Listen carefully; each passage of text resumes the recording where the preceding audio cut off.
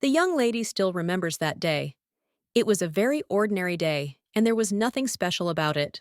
It was sunny and windy as usual, then one of the countless days of working in the field with grass. Then a voice came accompanied by a bright light and asked if the girl was Lottie Pian. The young lady replied that, yes, that was right, and that she was. But when she raised her gaze higher, she thought that this could not be. The creature told the girl that it would give her a task, and the young lady understands that if she had not listened to that voice and had run away, her life could have been peaceful.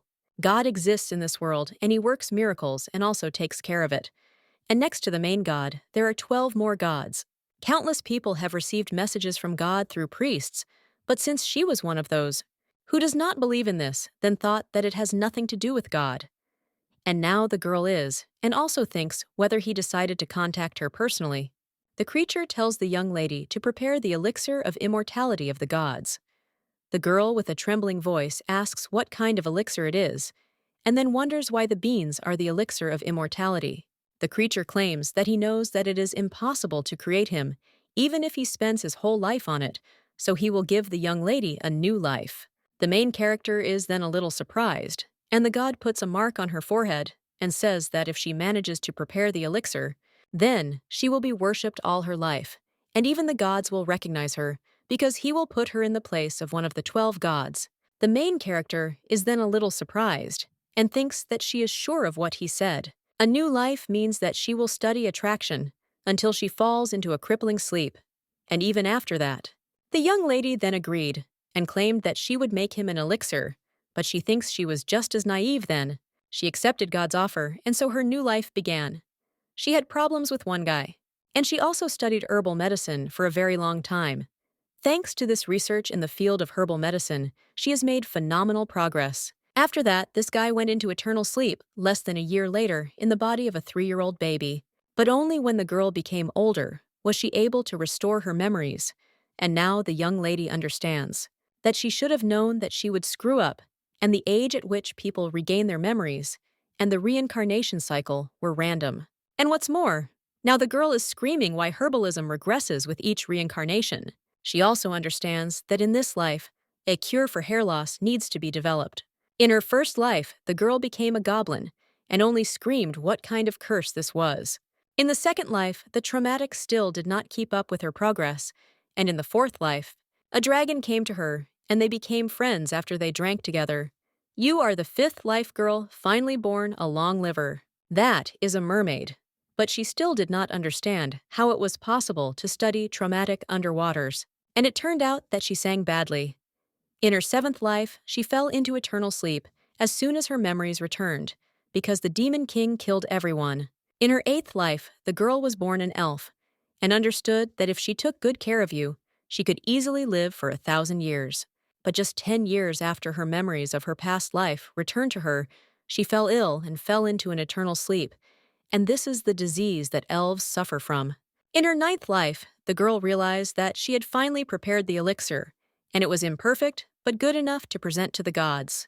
However, God claimed that this was not bad, but in order to rise to the position of a god, a perfect elixir was needed.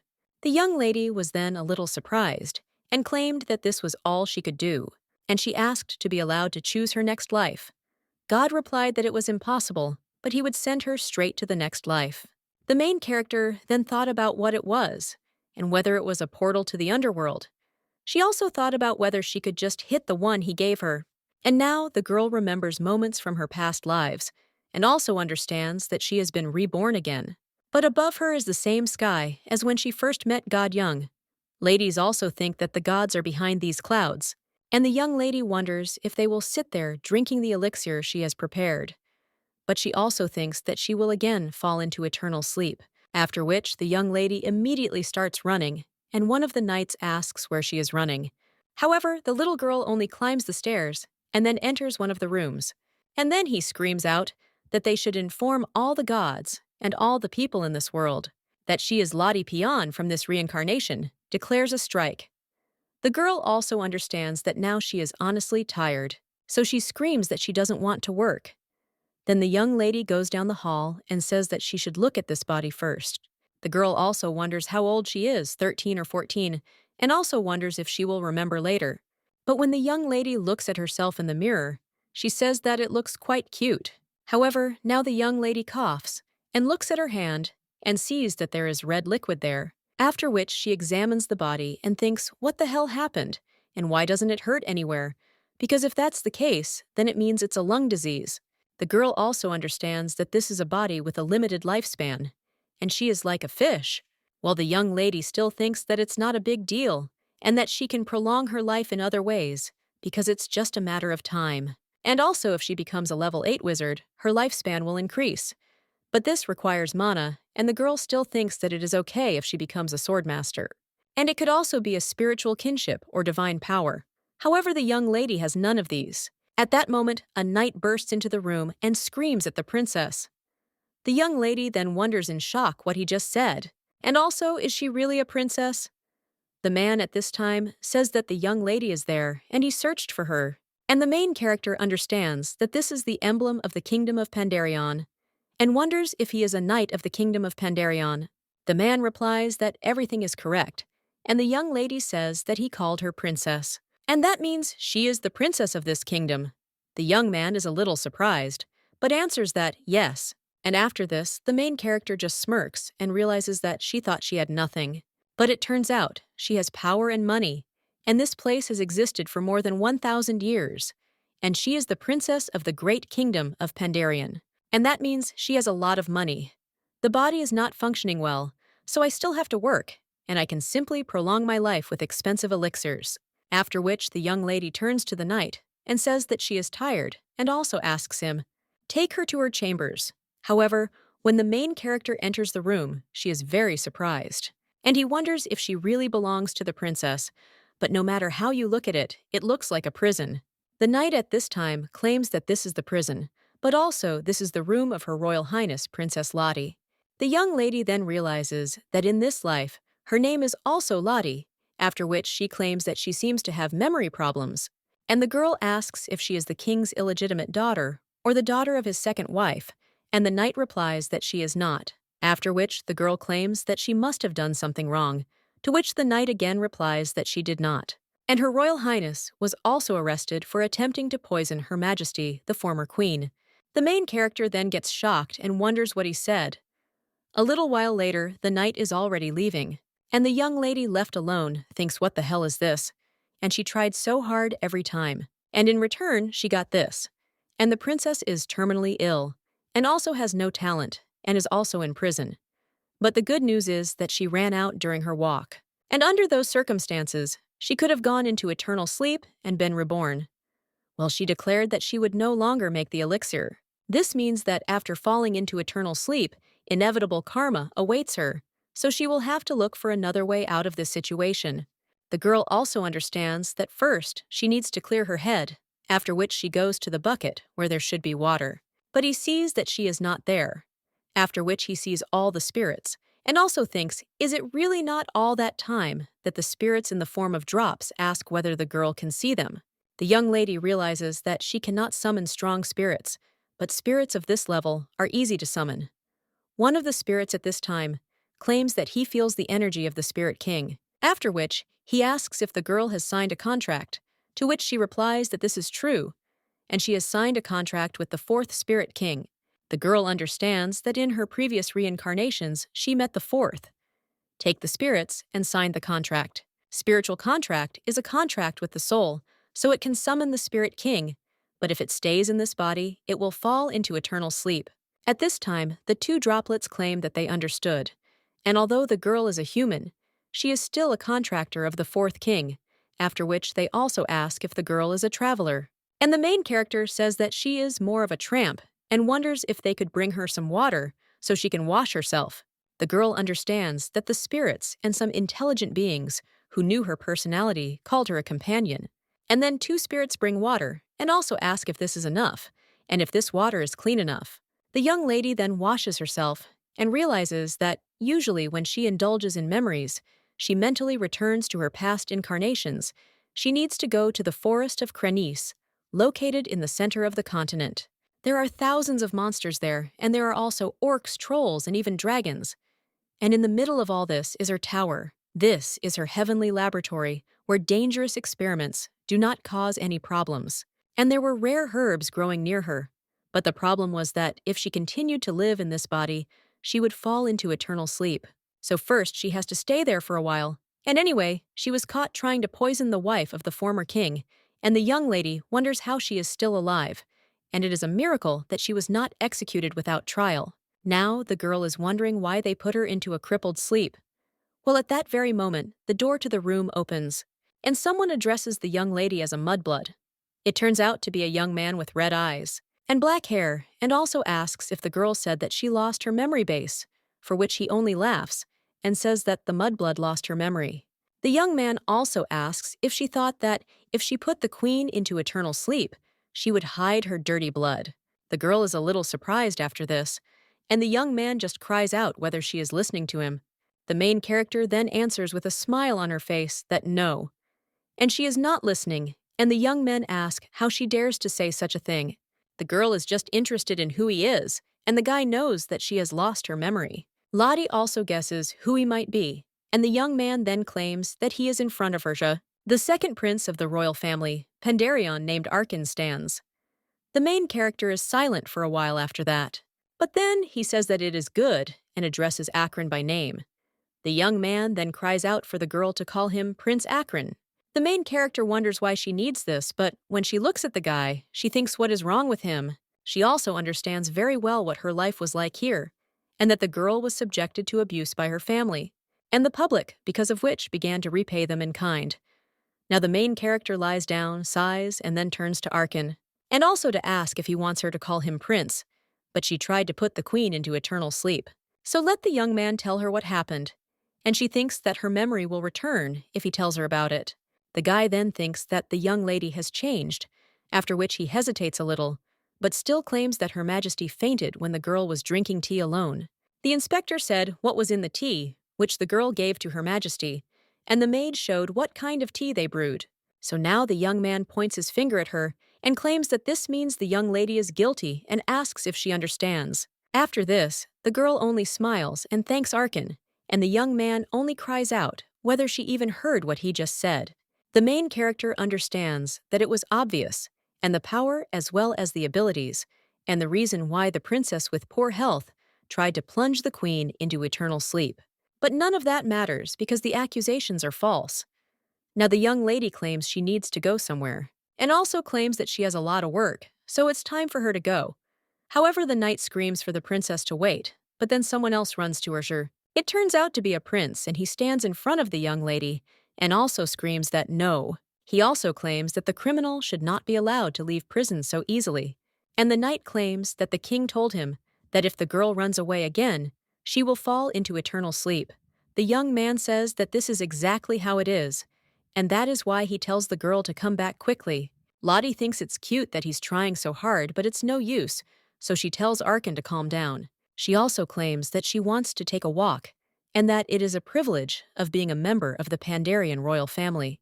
The two are then a little surprised, and the young lady claims that even if a member of the royal family commits a crime, then he can go out with an escort and be in a certain area.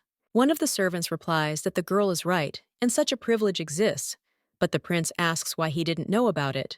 The girl claims that usually vassals or relatives accompany her, but she is nobody to him. The young man hesitates a little, but still grabs the girl by the hand. And he also says that there is nothing to worry about. One of the servants then turns to His Majesty and tells him to wait for him. Well then, the young man suddenly stops and cries out, "Is he really her escort?" And the girl wonders, has it really just dawned on him? A little while later, the king is already interested in what the guy wanted to say, and the girl steps forward, and the boy understands that this is not how a parent usually looks at their child. At this time, the man turns to Arkin and asks what he was thinking when he brought the criminal there. The young man then becomes very nervous and tries to tell His Majesty, the great king, something. However, the main character stops the boy and asks him not to blame His Highness Prince Arkin, because it was she who asked him. The man then asks if she asked, and the girl claims that she just wants to clear her name. The king then claims that he heard the girl had lost her memory, and wonders how she is going to prove that she was unfairly accused. And the main character thinks that this is not how a conversation between a father and daughter should be, but the fact that he did not ignore it is a good sign. However, the girl then remembers something and understands that talking to the king will be a problem.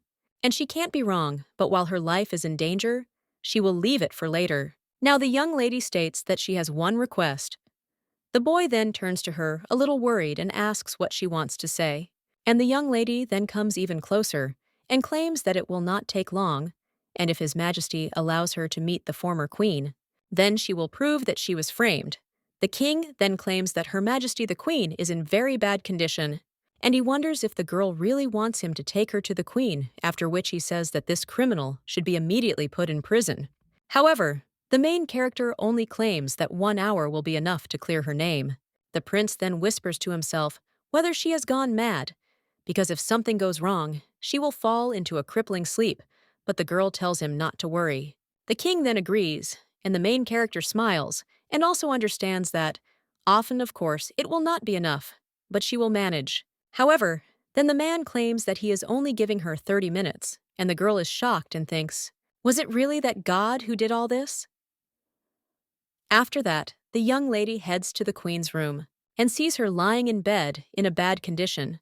The young lady also understands that her condition is worse than she thought, and her breathing is very weak, but it is not because of her age, and it's not poison. And if it's not him, then the woman ate something wrong, and the tea leaves that she gave her. They were popular in the capital, and there was nothing special about them. The girl claims that there was no poison in the tea, but she was still kept in a state of torture. And one of the servants claims that only 2 days have passed since they received the results. The girl also asks if they checked other foods that Her Majesty was eating at the time, and the man claims that she fainted after drinking the tea. But there was no poison found in either the tea or the cup. The main character then wonders what the reason is and whether she has missed something. But then the girl suddenly remembers something and wonders if this is really true. A little while later, the two spirits say that the young lady was right, and there was no problem with the tea. The main character then says that it is good, and she thanks them for their help and also understands that what was to be expected, because she turned out to be right. But the problem is different. At this time, someone announces that the time is up and asks if the princess has checked what she wanted. The girl tells them to come in, after which the king and his 2 wards enter the room. The main character, looking at how one of them smirks, she wonders who this is, and she doesn't think that this guy is a knight or a servant.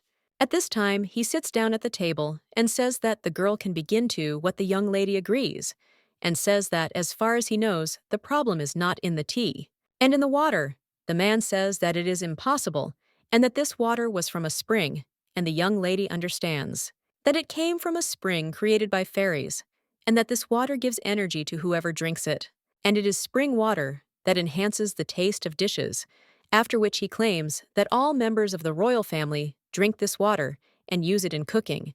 And besides, why did only the empress suffer? The main character says that she will check, and this water is not for people with poor health, and the problem arose because tea leaves were boiled in this water. The girl understands that this water does not go well with the tea leaves, and the queen is one of the people with poor health in the palace. At this time, the man asks if the girl wants to say that it is because of the spring water, and the main character says that it is true. The king then turns to the butler and asks if there is any tea left in the palace. The man replies that yes, and new tea was recently delivered, after which the king says that they should brew tea with water from the spring. A little while later, the tea is already filled with hot water, and the main character realizes that she is ready to prove her innocence. Well, to do this, someone must drink it, after which someone turns to His Highness, and he apologizes, but claims that it is not easy to prove that the problem is in mixing the products, and it will take a long time. And besides, he thinks that Her Highness should drink tea herself.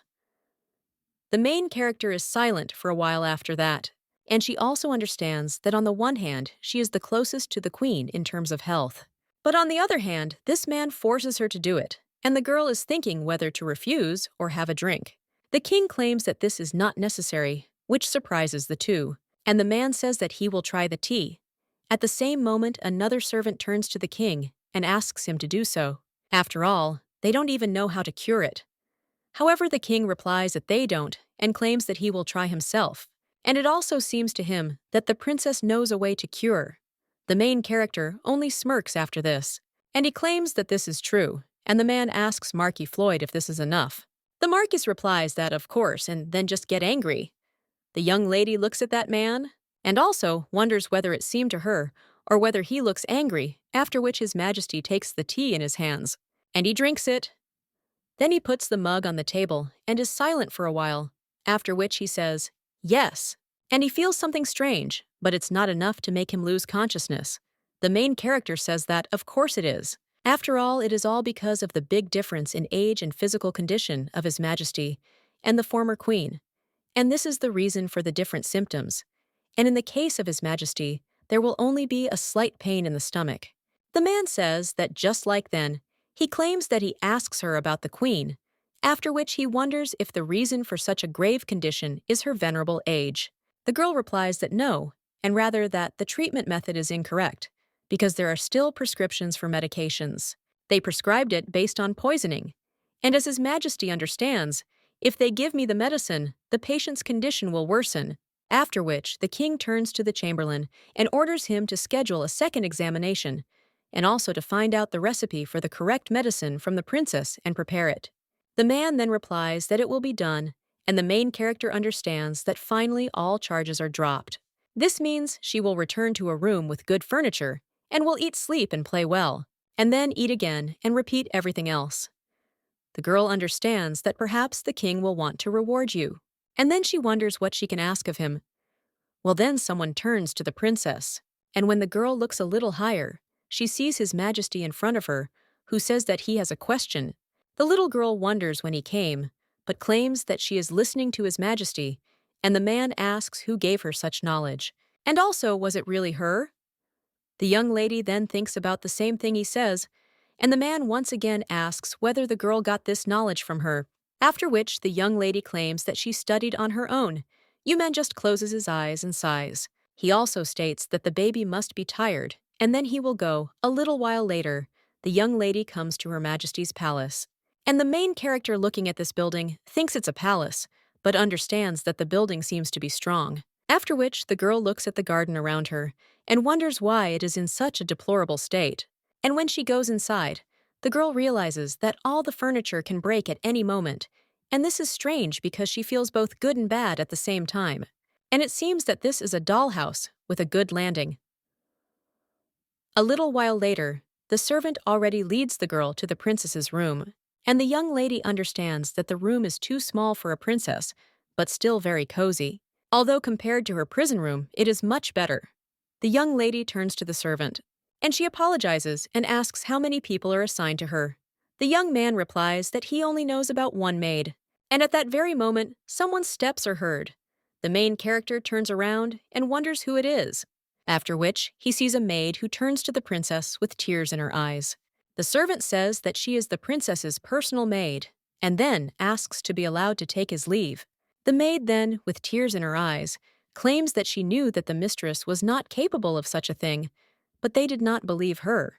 The young lady wonders if this is her personal maid and tries to calm her down. The girl then claims that she is very glad that the lady has returned, and she was so worried. But she asks Miss Lottie, why was she completely silent today? Of course, she is usually a man of few words, but something has changed. The main character is then a little surprised and asks if this is really so, and also wonders if they are closer in this life. The girl also understands that she should actually remember this life, but now her head is empty. Therefore, she claims that in fact, she has lost her memory and does not remember anything at all, and also understands that this is her chance to find out everything. The maid then asks in shock if the mistress has really lost her memory, after which everyone will pay for it, and also asks if this is all because of her. And that's because she couldn't pass on the medication for daily use, after which his girlfriend falls to the floor, apologizes, and claims that she should have taken care of it. But the main character grabs her hands and screams that it is not Betty's fault, and it is just an accident. Therefore, let the girl not blame herself. The maid then tries to object to something, and also asserts that in the palace she is the only maid, there are only the two of them there. The main character looking at the maid understands that apparently they were closer than she thought, and she thought frivolously that the loss of memory would not bother anyone. However, now the girl is only hugging the maid, and she apologizes for scaring her, and it's not Betty's fault. And the girl also claims that if the maid becomes calmer, then let her help her restore her memories. After all, Betty is the only one she can trust. The maid then smiles sincerely, and she says that she will help the lady, after which she tells the story. And to summarize what was said, the young lady is 15 years old, and Betty is her age. The crown prince stands above her, and the crown princess and Akron below. And from the story, it is clear that there is a war for the throne between the crown prince and the crown princess, all because of the fact that they are the same age and both are exceptionally talented. For example, Akron is a little inferior to them in quality, and this child is better than she thought.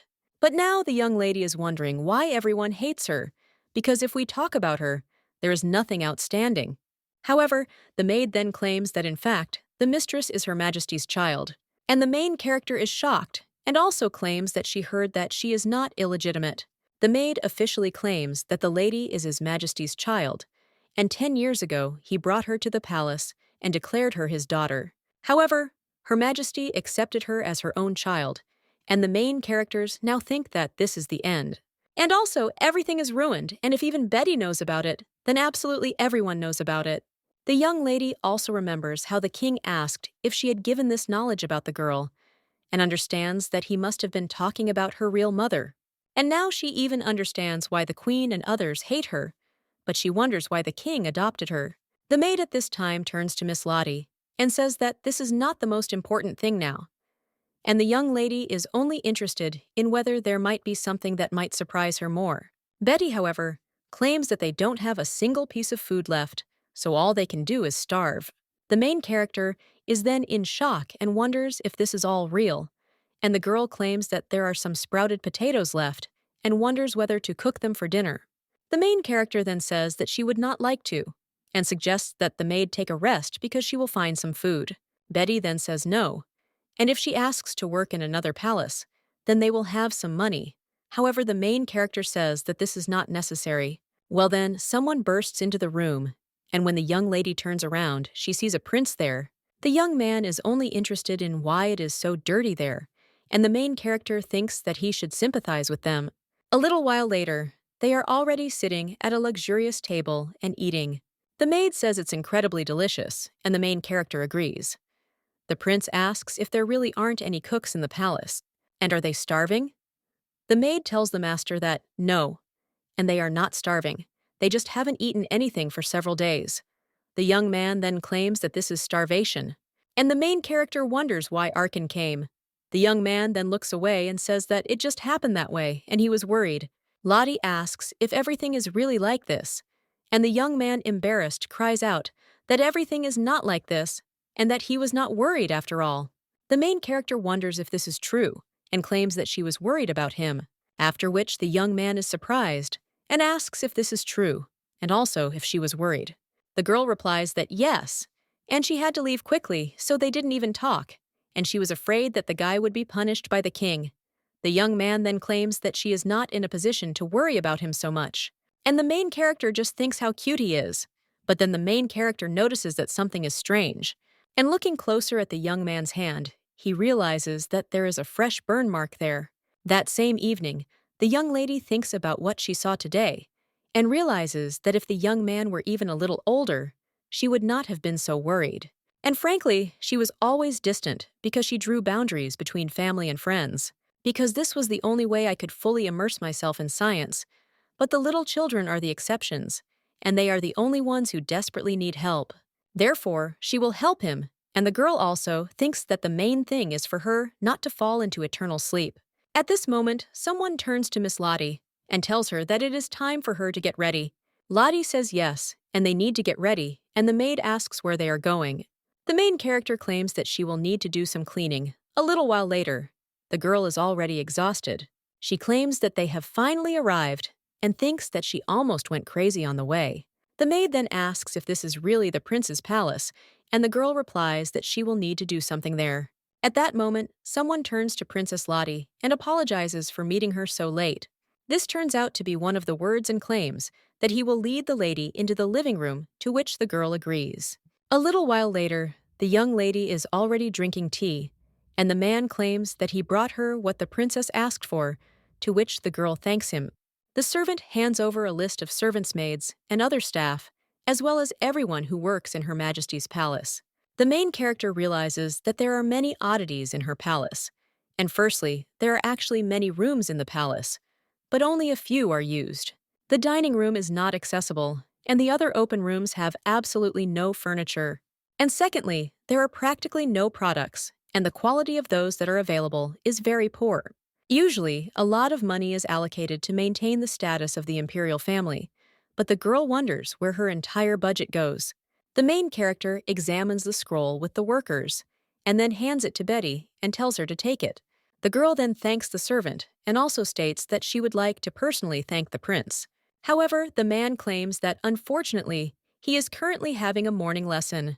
The main character asks what kind of lesson it is, and the man replies that it is world history. The young lady understands that there is nothing surprising in the fact that a teacher was invited for the young prince, but something is wrong there, and the girl then asks if she can attend this lesson. Well, the man replies that unfortunately, he is afraid it will be difficult to do, and also the Viscount does not like guests in his lessons, after which the young lady says that this is understandable and nothing can be done. The girl also asks if she could get some more food, because she will return everything when she gets the money for next month. And the man claims that everything is fine, and they live to help others, after which he asks if the princess is looking for something specific. The young lady says she doesn't even know, then turns to Betty and asks if she can check, after which the main character pulls the maid closer to her and whispers to her to stall for time because she needs to find out something. Betty replies that she will try, and a little while later, the main character is already walking with another maid, and also tells Betty that they will see each other later. The young lady looks around the palace and realizes that her intuition tells her what. Akron's burns are somehow related to these lessons because she recently began to sense spirit energy. But then the girl suddenly stops, and the maid asks Her Highness what happened. The main character claims that she needs to go to the restroom, and the maid says that she will take her there.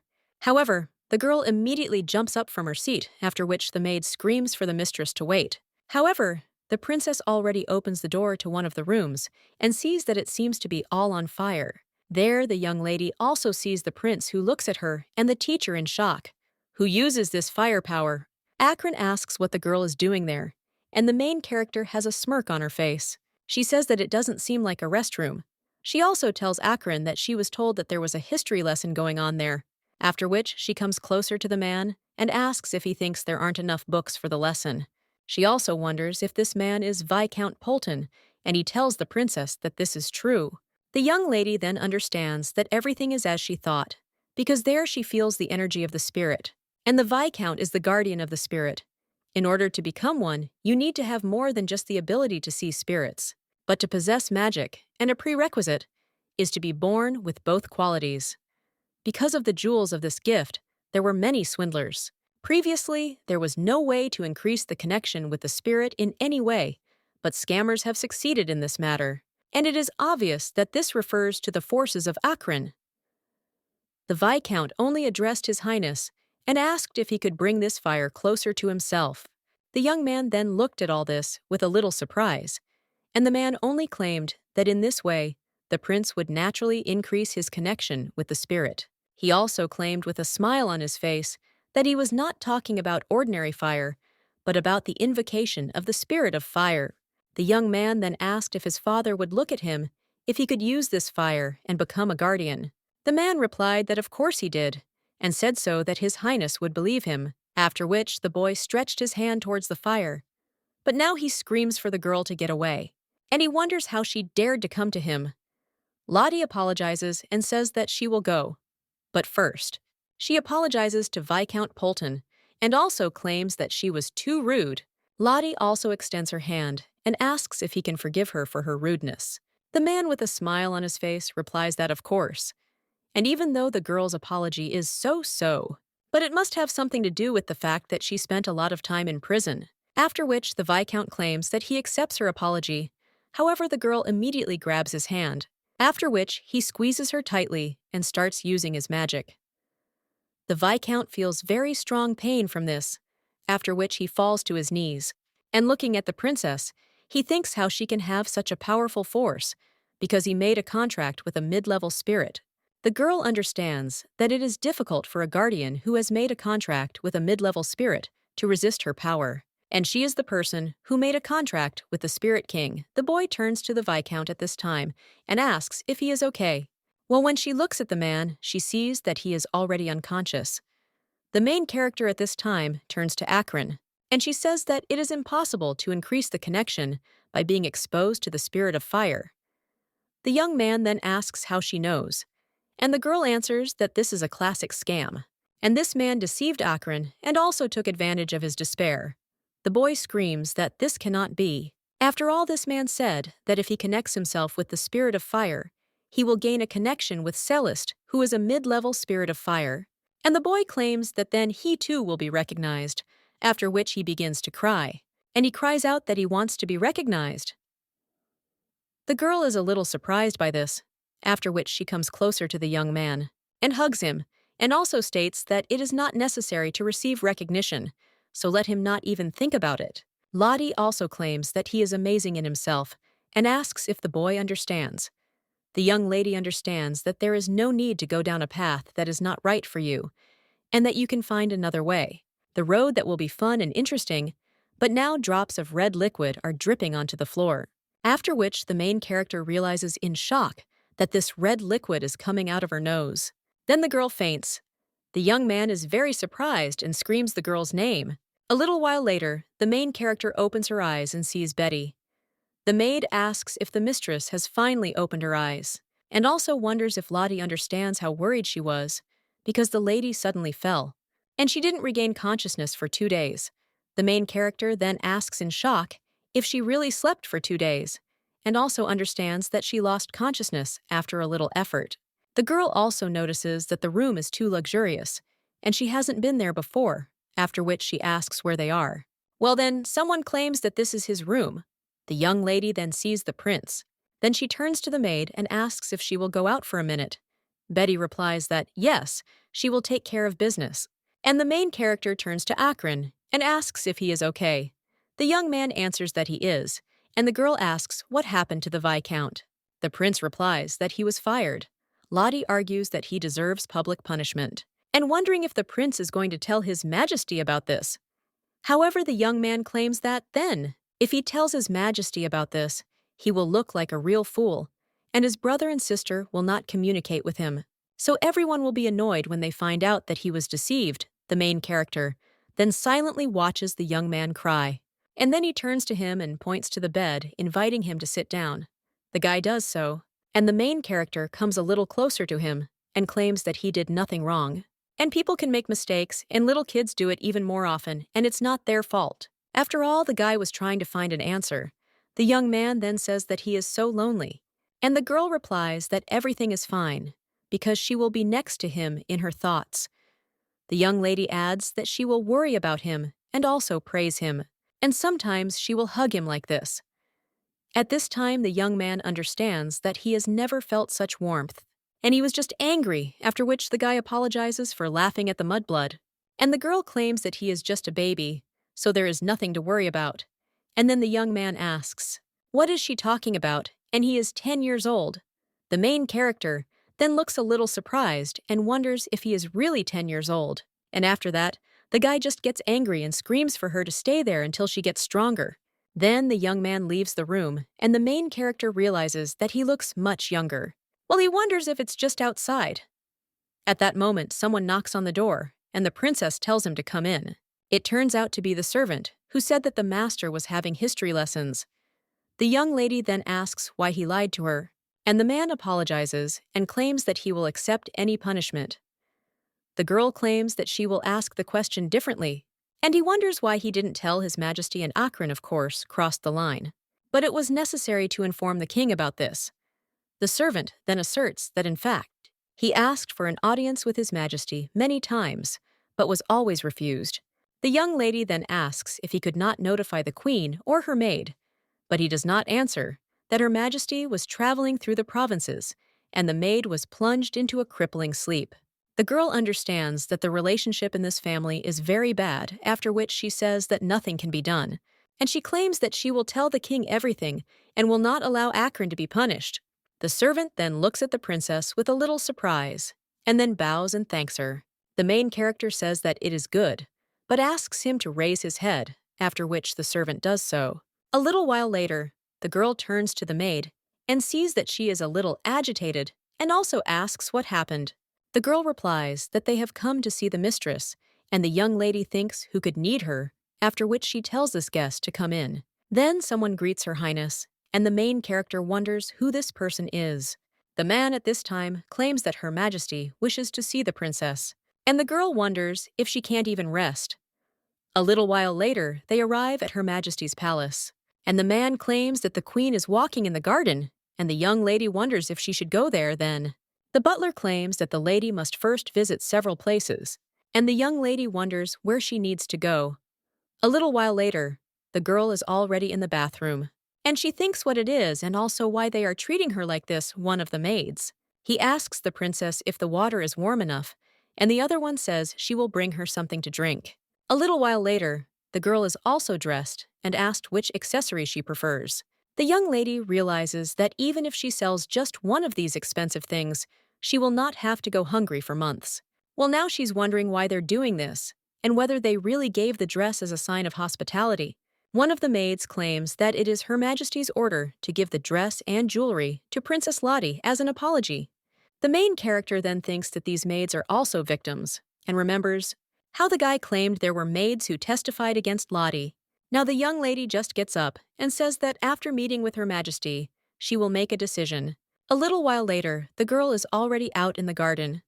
The queen is talking to someone at this time and claims that in the last days, Bariotra are rebelling. Then let them increase their salary.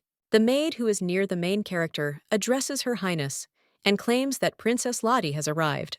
One of the servants at this time bows and claims that a guest has come to see Her Majesty, so he leaves her, and the woman says that it is good.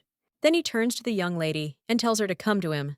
The main character looks at this woman, and she realizes that she learned from Betty how the current king ascended to the throne. In order for His Majesty to have a solid foundation, she abdicated the throne, and the girl wonders whether such a man cares about a helpless girl like her. At this point, the woman says that they have said hello, and now they can sit down. Well then, the main character feels someone's gaze on her and understands that it is clear that it is the maid, and that the situation could repeat itself. But how openly she expresses it is why now the young lady turns to Her Majesty and asks her for forgiveness. And he also asks if she can try the tea first, otherwise she will go crazy just from that look. The former queen then laughs and tells the princess to forgive this maid, because she is still a child and has been like this since childhood, and nothing has changed.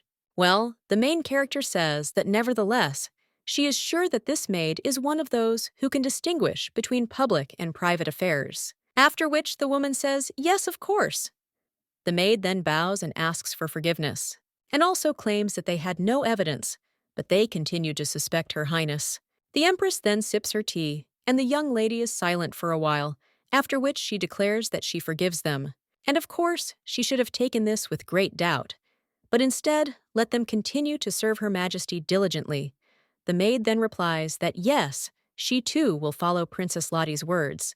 The Empress then claims that the girl forgave more easily than she thought, and that the young lady could have been more indignant. The girl replies that if she were very angry, Her Majesty would immediately stop their conversation.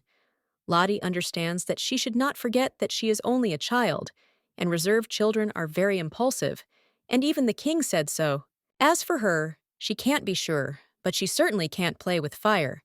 And the young lady asks if Her Majesty is interested in anything else. The woman claims that the girl refused the gift and asks if there is anything else she wants. Yulia understands that she refused a gift, after which no one will remember her for a long time. I now claim that she would like to enjoy tea with Her Majesty. The young lady also realizes that she needs to demand something that can create a connection between them. And the woman now claims that she is already free today, but asks the girl to tell her why she wants to spend time with her. The little girl then asks if she has a reason for this, and then states it, that he wants to get closer to his grandmother. The woman then starts laughing at him, and also says that it is amazing. After all, the little girl used to be a completely different child, and the girl claims that this is because she almost fell into eternal sleep in prison, and she went through a big test, and also asks if it is the reason for her changes. The woman then claims that she will then ask her a question, and claims that he heard that the girl ran away during a walk and shouted something in an ancient language.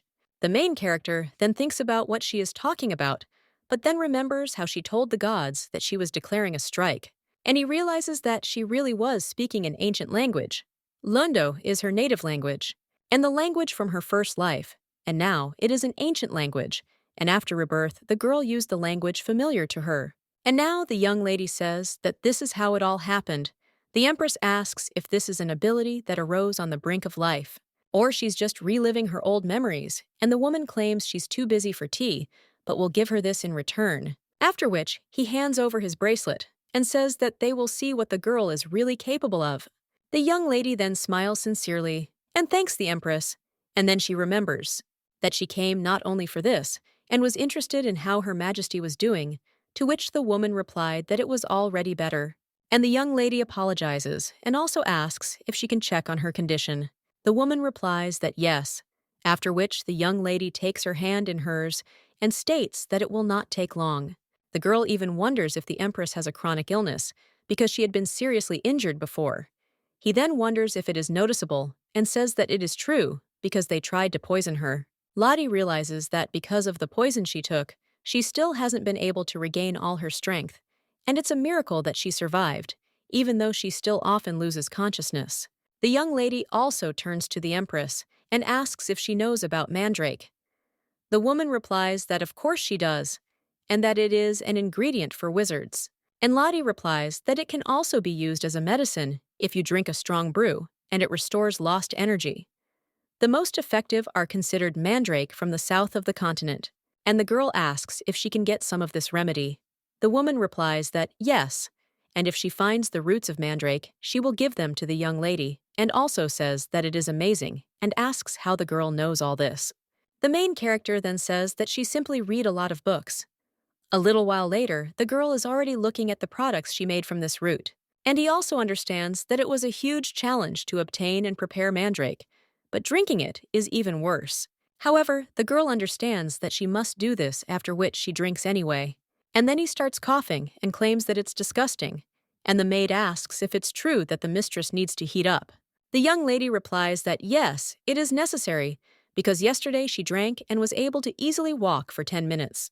Betty then asks what the list on the table is, and the young lady notes that it is people assigned to her palace and fellow maids. Betty then asks what she is talking about and claims that there are so many people, and also wonders if they all belong to the palace.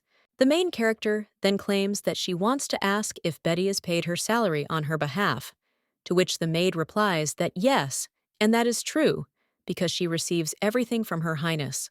Lottie then realizes that the cost of labor and medicines, these two items were the highest expenses, but Betty is the only one there, and her medicines are not coming to her. The girl also thinks that because of her weak body, it is easy to cheat with the price of medicines, and the following are big expenses. These are bushes and flowers, but everything in the yard is in a paid state, and the girl understands that from the first day, they brought the cheapest and worst and simply planted them in the ground. So a lot of money was stolen, and the young lady asks who the old dean is. Betty replies that it is the Baron, and he is a good man because he often came and also checked the mansion, and he even helped her, after which the main character wonders if it was really him who stole her money, and also says that everything is clear. Then she turns to Betty and says that she wants her to help her. A little while later, someone turns to the Baron and asks why he is running away again. The man asks what they are saying and whether he is running away, and the other man says, okay, and he wonders when the Baron will give him back his money, since he has been his debtor for a long time. The blonde tells the guy to calm down and asks why he is so worried, because he will soon return his money to him, and he should not worry because he has been a regular at the gambling house for 10 years. And the man knows that he knows who to take money from because it can be done. This mudblood, however, another man claims that he has heard bad news and that she has caught the eye of Her Majesty, and the money he spent should go unpunished, just because no one from the imperial family looked at it. The Baron then tells his colleague not to worry, because these are just rumors, or two men claim that one can only hope. After all, Besides him, many people are interested in rumors. The man also remembers how the borderline claimed that everything was true, and Her Majesty and Miss Lottie drank tea together. So now he just continues, and claims that it was the mudblood who attracted the attention of the Empress. He also claims that he must fix it. The man realizes that the dirty box he knew, she was a stupid, immature little girl, and her self-esteem was shattered into pieces. The man claimed that her mother was as insecure as she was, so it was better not to approach other members of the imperial family. After all, the little girl is too incapable, and she understands that only he is worried about Her Highness. And she can only trust him, and it has been like this for 10 years. So the man thinks that he cannot lose his life, but then he tries to calm himself down and thinks that everything will be fine. This man will never leave him. A little while later, he comes to the young lady's mansion, and the main character greets him. The Baron only smiles after that and says that they haven't seen each other for a long time, Her Highness. And he also has to introduce himself again, after which he claims that his name is Lil Dean. And he is also responsible for Her Highness's palace. The girl then looks at his decoration, and she thinks that it's kind of strange, after which she says that she's glad to meet you, and her name is Lottie Pandrion. The girl also asks if she can introduce herself like that, and the man replies that she can too. He also understands that even if memory is lost, then of course the person does not change, after which he claims that he heard about the unpleasant incident and had to find her. The man also says that he was late because his grandmother went to God, but he thinks that she actually passed away 3 years ago. The young lady then says, a little surprised, that it's okay, and if only she knew. She should have been more concerned, and the girl apologizes. The man thinks that's great. And didn't the young lady become more obedient? But then the girl turns to the Baron, and she claims that she wants to ask why the palace is so poorly managed, because she heard from another servant that money doesn't come every month, and the man is then shocked and thinks, what the hell is this? And what did the girl say? He claims that everything was simply done for Her Highness, and the young lady is interested in the summer for her. The Baron claims that most of the money goes towards her medications, and didn't she order the yard's landscaping to be replaced? He even hands over an expense report and tells the young lady to take a look. The man understands that he treated him a little, but the young lady could not notice it. The girl then watches this and says that it is all her fault, and she is very sorry in front of the Baron, and the man claims that everything is fine. He also thinks what a fool she is because no matter how you look at it, it's clear that she will have to go hungry a lot. However, then the man directs his gaze to the chest of drawers and sees Her Majesty's jewelry there. He is shocked to realize that this is the entire bracelet that Her Majesty has been wearing since her youth. And he wonders if they not only spend time drinking tea, but also if the princess gets her favorite trinkets. But if they are so close, then instead of fears, he should use this. Then if he knows the future political actions, even a little information can help him get rich. After which the man claims that it is said that the girl has become close to Her Majesty. The young lady replies that yes, ever since she lost her memory, she has been taking care of her, and the woman gave her this and also told her many stories. Lottie claims that she talked about politics and history, and there was a lot of stuff there, even though she doesn't understand it. The man then smirks and says that it's just a jackpot, after which he claims that it's clear. He also asks what they talked about, and wonders if the girl can tell him. After all, before she always told everything that happened, and he always leaves her secrets undisclosed. And also 10 years ago, as proof, and he is always happy to talk to Her Highness. And also wonders if the girl wants to tell him a little. I already then say that then only the Baron should know this. And Her Majesty said that they would soon significantly increase the duty on tobacco leaves with benthic acid. The man realizes that this is excellent information, and tobacco leaves are most popular among the nobility as an imported product. Obviously, a sudden increase in duties on some products will send the price of the product sky high, and he will have to buy everything. But then, he thinks that it is not enough to buy everything, because he definitely heard something in the gambling house in Port Dawn. After which he immediately rises from his seat, and the young lady asks the Baron what happened. The man then claims that he remembered an urgent matter, and so he will go, and the young lady agrees. After which he immediately runs out of the room, and the young lady only smirks and says goodbye to the Baron. A little while later, the young lady again drinks this disgusting root decoction. At this moment, the maid approaches the mistress, and the young lady tells her to tell. The maid then asks, a little surprised, how the mistress guessed that she wanted to say something, and the young lady claims that she always sneaks up on her whenever there is any question. Betty then asks what she is talking about and claims that it is not so. The maid also claims that since the Baron stole money from the lady, then can't he just tell the king about it? However, the young lady replies that no, and if they tell, then most likely they will be able to return the stolen money to the treasury.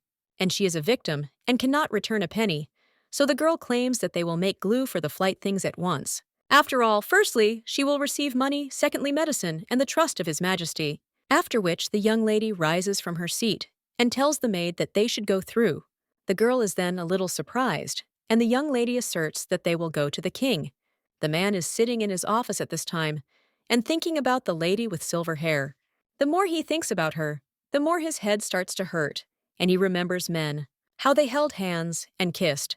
Well, at one point, the girl ran away, and no matter how much the king asked her to stay, he could not even after a short time. A child appeared before him, and he was told that it was his child, and this girl also claimed that she could no longer raise the baby, so let her be near him. And the headache has not subsided since the meeting. When the meeting was held, then one of the aristocrats told His Majesty that there was no need to appoint this girl as a princess because he already had 2 children from the empress, so let him make a wise decision. The other man then said that His Majesty was not going to abandon his sister, and the king only addressed them and claimed that Lottie was his daughter. The girl grew slowly, and he secretly sent her medicine and food, but it did not help. The man hoped that she would grow up quickly, and hoped that she would recover. And he hoped so much that she would not disappear, that all he could think about was them. And finally, the war that had dragged on for many years ended. The king gradually sorted out the remaining problems, but suddenly the former queen was poisoned. He was looking for evidence of a false accusation, but the girl herself cleared her name. And now the man just smiles. But then someone turns to His Majesty, and he replies that he is thinking, after which he asks what is going on with the search for smugglers. One of the servants claims that things are going badly, and what about the gambling house? Well then, a young lady appears in front of them, and then lifts the hem of her dress, and greets His Majesty. The man looks at her a little coldly, and then asks what happened. The young lady claims that she has a favor to ask of him, after which he asks for her forgiveness, and claims to rephrase it. The girl then claims that she has come to make a deal and will help him catch the smugglers. But in return, he will fulfill one of her wishes, which surprises the man. The Baron is near the coast at this time, and one of the men asks if he is sure that the information is reliable, to which the man replies that of course he is interested. Does the guy think that the queen just gave her bracelet to the mudblood? But he heard that the duty on tobacco leaves would soon be raised. The other man then claims that he can only believe his words. After all, he is risking his condition, but the blonde tells him not to worry. After all, with the prophet, they will live no worse than high-ranking nobles, after which the other man agrees. But then someone comes up to them and greets them.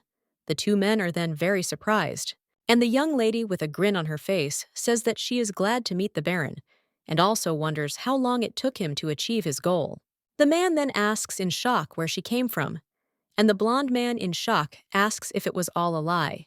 The little girl replies that it is all a lie, after which the Baron only gets angry and thinks that the bracelet and tobacco leaves are parts of a trap. I think the man is arguing that it was stupid to come alone, because she could have at least captured a couple of soldiers from them, that is insurance. After which he points his finger at these guys to come at the same moment. Several assassins jump out from behind, and the Baron claims that they have time and opportunity to escape, and they will also become a wall between him and the young lady.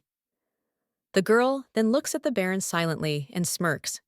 Then she claims that it was stupid to bring only a couple of people, because she is not alone and has a whole squad with her, and she also wants to say that the bracelet is real.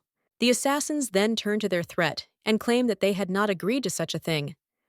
At this time, someone else turns to Leoldine and Baton Lurton. The man then asks in shock if this is the king, and the young lady's father claims that they have been sentenced to death for conspiring with smugglers. The men immediately fall down and scream, but the man only plunges them into eternal sleep. A little while later, one of the knights says that this is a good job, because not only did they catch the smugglers, but they will also be able to get rid of the trading places. And these mercenaries were also problems, so they coped successfully. The king at this time turns to the young lady, and he claims that he has a couple of questions for her and is interested in how she found out that Barandine is connected with smugglers. The girl replies that smugglers do not sell the goods themselves. She also understands that a gambling house is the best place to sell contraband. And the girl claims that the connection between these and illegal things seemed logical to hers. The knight claims that their investigation was moving in the same direction, but they were too cautious. And the girl understands that it is obvious because she was bullied for 10 years. The king at this time turns to the young lady and asks how she found out that the contraband would be tobacco leaves. Well, the young lady replies that everything is very simple, and this is the most expensive imported product, but it is imported in small quantities. And she just didn't expect that the smuggling would see a whole ship. The man is silent for a while after that, and then he turns to the knight and tells him to give the princess what he promised, to which the guy agrees. And he claims that for each smuggler, there are 1,000 gold coins and 20% of the contraband received. The main character looking at all this thinks that it is wonderful, but understands that this is not the end. The knight turns to her at this time and claims that they searched Barandine's house and found a family heirloom. He also states that if they understood correctly, these are seeds. The young lady notes that yes, that is correct. The girl also realizes that on the day they met, she noticed a brooch with an engraved star flower. But this flower no longer grows within human reach. Unlike his ancestors, the Baron did not know the value of this flower. And probably for this reason, the flower was on the family coat of arms, but consequently, the seeds were preserved as a family heirloom. And the girl understands that a simple person cannot grow a star flower, but neither can she. And the young lady is confident of her success. The emperor at this time turns to the princess, and he claims that he listens to her desire, and the girl can ask for whatever she wants, because he will fulfill any of her requests. After which the main character asks him to talk to Akron. The man is a little surprised and asks, does she want him to talk to Akron?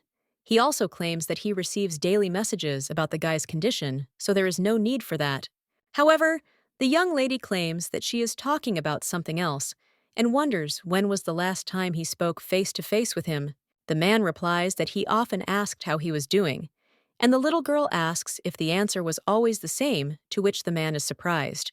And he remembers how the young man answered His Majesty every time, and how everything is usually fine with him, and he will also continue to try his best, and he cannot afford to disappoint His Majesty. Now the man understands how he distanced himself from his children, and the young lady understands that it is true. The girl also wonders if he really believed it, that a 10-year-old child feels the same thing every day, and even adults experience different emotions, and children are even more emotional. The girl also understands that children can talk for hours about the new birds. They saw the sky that was not like yesterday's cloudy one, and the stars at night. Well, when a child repeats the same thing day after day, he tries his best to get recognition, and it is easy to verify this. So now the young lady is telling His Majesty to talk to Akron, and he told her what happened today and about his difficulties. The girl also tells them to maintain eye contact, for communication to be pleasant, because this is her desire, and this time she asks, let the man not scold Arkan, even if he does something wrong. The king then asks, what about the baby? And is there really nothing she wants for herself, and not for Akron? The young lady is then a little surprised, and she thinks what she wants, after which the man tells her to say what she needs. Then the girl replies that nothing. Then she goes to the two and says that they are finishing and leaving, after which the young lady leaves and leaves the king alone, and the man wonders why she doesn't want anything. The next day, the maid comes to the lady and says that the food warehouse is full. The main character asks if it has been fixed yet, and Betty replies that yes, they arrived and fixed everything very quickly. Rumors spread that yesterday she and the king arrested smugglers and gamblers, and the whole royal palace already knows about it. The girl also looks outside and understands that the gifts sent by the king have arrived. The young lady understands that this is all very luxurious and also thinks how many gold coins are there, because it seems to be much more than promised. And she also thanks him for sending me so much. But the girl understands that she cannot stand out without reason, because it will lead to trouble. As is known, she is illegitimate, and there are two people claiming the throne above her. If they catch sight of her, they will grab her by the throat, no matter what she says in her defense. And even if it seems that there are no problems, it is not the king who is traveling through the provinces, but the queen and the young lady heard that the war, which lasted for years, was finally over. But despite everything, the queen was not only busy with affairs in the palace, but also took care of problems outside the capital, which means she also thirsted for power. If someone considers her an obstacle, then it will become a problem, and the girl must quietly take care of herself, after which she turns to the maid and says that in the future there will be a new worker, after which she asks if this is true, and also asks if this means that the lady has found a replacement for Baron Dean. The girl answers that no, and she could not find a maid or servant. She understands that she cannot take anyone on recommendation, because if she brings someone unverified, he may become the same as Baron Dean. After which, the young lady turns to the maid and hands her the key to the food warehouse and safe, and also asks if she can take care of this, because she trusts her more than anyone else. The maid is a little surprised by this, after which she thanks the lady for her trust. Well, and then she claims that she can't, after which the young lady is a little surprised. He also understands that she did not expect a refusal and wonders what the problem is. And the maid replies that she was so young when she came to the palace and does not know how to read. The main character then looks at her a little surprised. Ah! The girl claims that her mother was a servant in an aristocratic family, and thanks to the lady she was able to get into the royal palace. The young lady then looks at the maid a little sadly, and then he says that it is possible to learn, and she will teach her writing. The girl then asks if she can learn, and the main character says that if she wants, she will even teach the girl an ancient language. Betty is then a little surprised and claims that this is what aristocrats are taught. The main character then pulls her friend by the cheeks again and then says that Betty should remember that there are no things that are only allowed to one class. The girl also understands that knowledge is like water, and if you let only one class in, then the water will stagnate and soon rot. How was it with herbalism before? And if in one life it reached 10 levels, then in the next one she got no more than 7th or 8th. And this is terrible. So now the young lady screams for the maid to do what is in her power and repeat because she succeeded. And so the teaching of writing began, and soon, because of the rumors, other servants came, and the young lady began to teach them. The lessons went very well, and by the end of the day, the girl already felt very tired. She understood that if views on education were transformed, more people would study. But then she gets a little upset and thinks that it's impossible because she won't do anything. And this won't work because she just needs to lie around. But at that very moment, someone enters the room and screams. The young man then says something that begins with tia, but cannot say anything beyond that letter. And the main character asks if he really needs a restroom, and the young man then screams that it's not that. He also claims that His Majesty asked him for a meeting. The little girl then wonders if he finally did it, and apparently it took longer to finish the job with the smugglers and the gambling house. At this time, the guy asks why he called him, and maybe he found out about Viscount Polton, and is he calling him to punish him? But the young lady replies that no, and she does not think so. After all, he just wants to talk to the guy, and if he wants to tell him something, then let him do it. Akron is a little surprised by this, and also asks if he can do this, to which the young lady replies that of course. The young man then claims that there are indeed many things he would like to discuss, and that is the horse he recently raised. He also wonders if the girl knows what name he gave him, and he named the horse Alexander Alfredo Sebastian Zonda III. He also got a 100 in his last philosophy class, and the teacher said he was a genius. The little girl then says that yes, he is a genius, and it seems the guy cannot talk to her more simply. After which, the young lady tells him to call her Nuna, or just Lottie, and when they are not alone, let him observe minimal politeness. The young man becomes a little embarrassed after this, and claims that he can do everything, and the young lady realizes that addressing her like this may be too rude. At this time, the guy very embarrassedly says Nuna, and even with a mistake, after which the young lady. He repeats this mistake and laughs at it, and the young man sits there red as a tomato from embarrassment. He immediately screams that no, and he made a mistake, after which he calls her Nuna and asks if she sees that he can say it correctly, and the main character says that with the mistake it was so cute, and can't he call her that? However, this only made the young man angry, after which he rose from his seat. And he goes out and also claims that he went. The young lady understands that the day has passed fruitfully and ended happily, and the next day the girl found herself at a tea party and she felt very uneasy. After all, she was drinking tea with the king.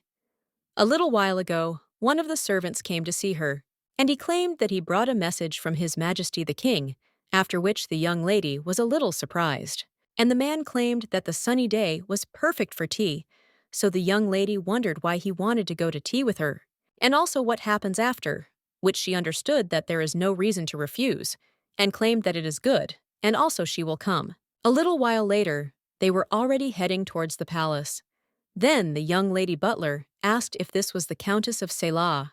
The main character then looked in that direction, and one of the servants claimed that he understood the situation, but still can't help in any way.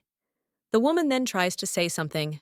At this time, the young lady turns to the butler, asking if they know each other, and the man replies that yes, and this girl has worked as a servant in the royal palace since childhood. Lottie understands that, of course, almost all the servants and maids belong to the royal palace, but some of them got married upon reaching adulthood, and the main character realizes that Mrs. Sela is one of them. The butler claims that she must be in the palace for work, and he had heard that several years ago the Earl of Saleh had fallen into a crippling sleep after long years of decay. And besides, but then the man apologizes and claims that with age he has become too talkative, but the main character says that there is no need to apologize. The butler then claims that Lena is also having a hard time with it. The main character then wonders if he called her Lena, and she also remembers how the maid claimed that she wanted Barandine to be replaced by Madame Lena, and the girl realizes that she heard this name from Betty, after which the young lady turns to the butler and asks whether Miss Selah had accidentally helped Betty. The man then says that this is true, and the woman often helped, after which the young lady becomes interested. What did Miss Selah do while she was in the palace? The butler replies that she managed the servants, and he personally trained her, and now the main character understands that she has chosen a new maid. A little while later, the girl is already having tea with His Majesty. The young lady looks at the food and realizes it's all sugar, and the man picks up his baby and asks if she likes meals. The main character replies that yes, and wonders if there is food that is not so sweet. The king then says that he prepared all this because children her age love sweets. The main character then thinks that it all seems so painful, and even a fork and a knife. The man then claims that he will immediately order something else to be prepared, but the young lady says that it is not necessary, and she will eat it and also think that she should accept his efforts and can forgive such a thing once or twice. The man insists that next time he will prepare something she likes, and the young lady wonders if he said it next time, and also if she heard it correctly, after which the girl puts down her fork and turns to the king and also states what she wants to ask. Why did he call her? The man then turns to the princess and asks if she didn't say that communication is necessary. The young lady is then a little surprised and says that if she hadn't answered, she meant Akron and not herself. The king then says that she is also his child, after which the young lady is silent for a while, and the man claims that he knows that he did not pay attention to her and also knows that he was too indifferent. That's why he wants to apologize, and now asks her for forgiveness.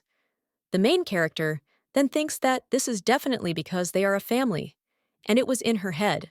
While the girl claims that, to be honest, she doesn't even know what to say and she feels so awkward. The man claims that he did not think that he would receive a farewell right away, but he is interested. Couldn't the girl give him a chance because he will wait for her answer as long as it takes? The main character then says that it is good and she will think about it. The young lady understands that indifference on the part of parents is not at all uncommon. The same applies to cruelty, but nevertheless, there are parents who, after realizing it, tried to change their relationships with their children. In her past life, her mother claimed that she was so indifferent and would be kind to her in the future. However, the girl understood that nothing had changed, and when the parents felt that they were beginning to lose control and the children became independent, that was when they would make their one-sided apologies. Of course, there were those who did not apologize until the very end, and she gave the king a chance because neither of her parents apologized to her. The young lady also remembers the face he made when he asked if she could give him a chance, and she understands that she needs to go back, so she needs to stop thinking about it. The girl also understands that she has a feeling as if she forgot something, but then the young lady remembers that she forgot about Miss Sale. The girl sighs and says that she was refused after all. But at that very moment, she hears someone talking to her, And when she turns around, she sees the princess. At this time, the main character asks her to wait, because she wants to talk. The woman then asks in shock if this is really a princess, and also wonders if she is okay. The girl realizes that this woman's touch seems so familiar, and she wonders if she knows her. The girl replies that, of course, and the girl is the second princess, Lottie Pandarion, and Betty serves her.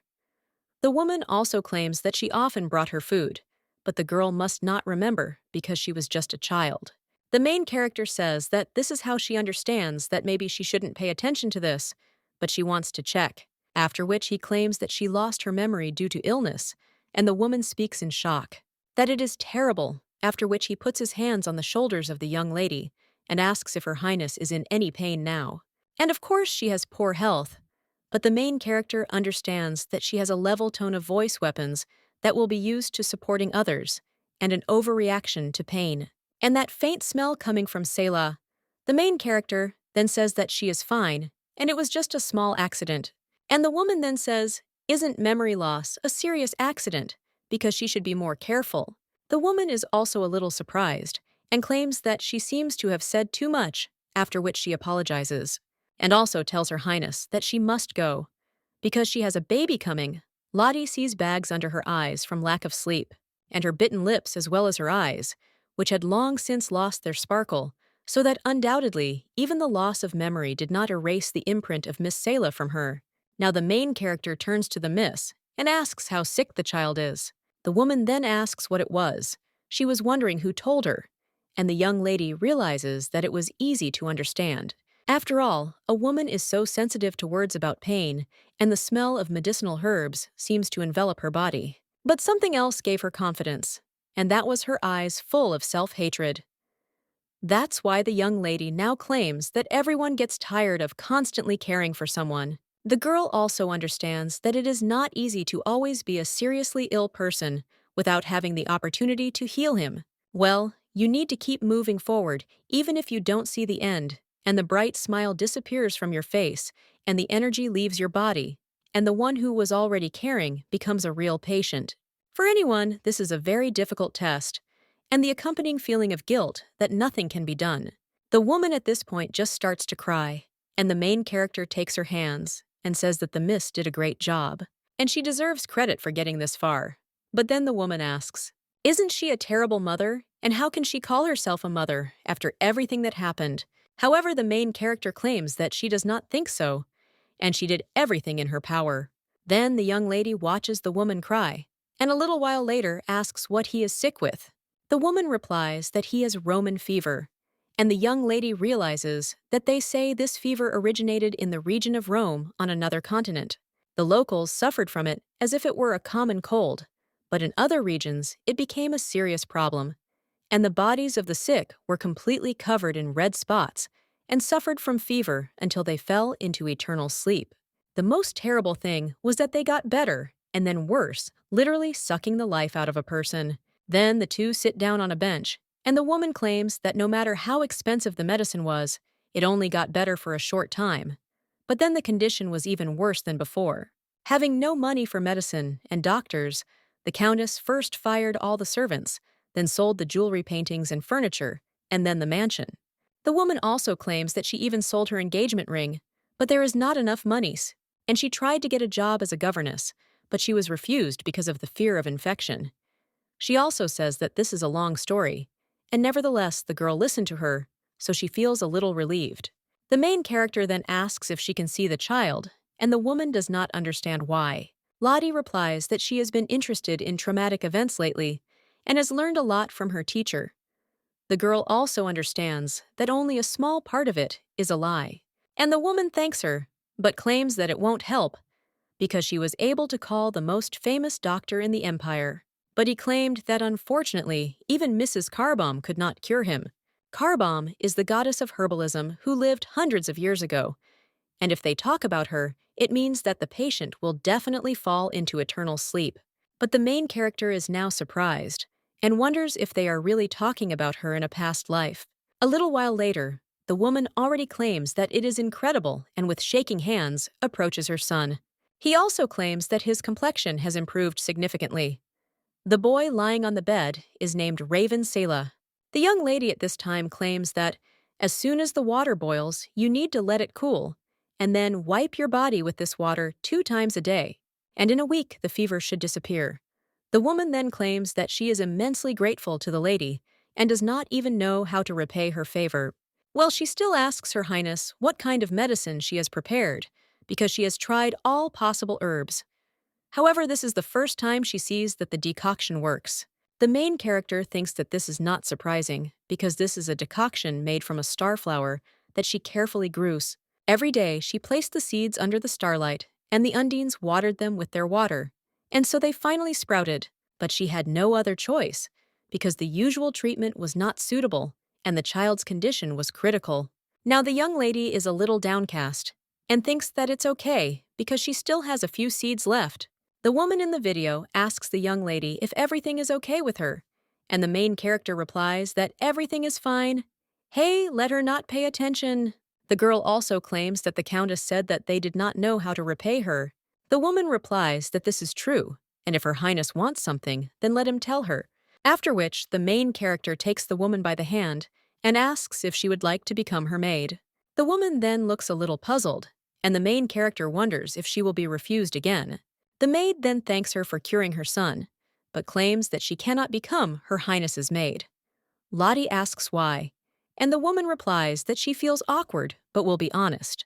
And she claims that Raven's great-grandfather, who is Viscount Byron, is trying to take him away from her.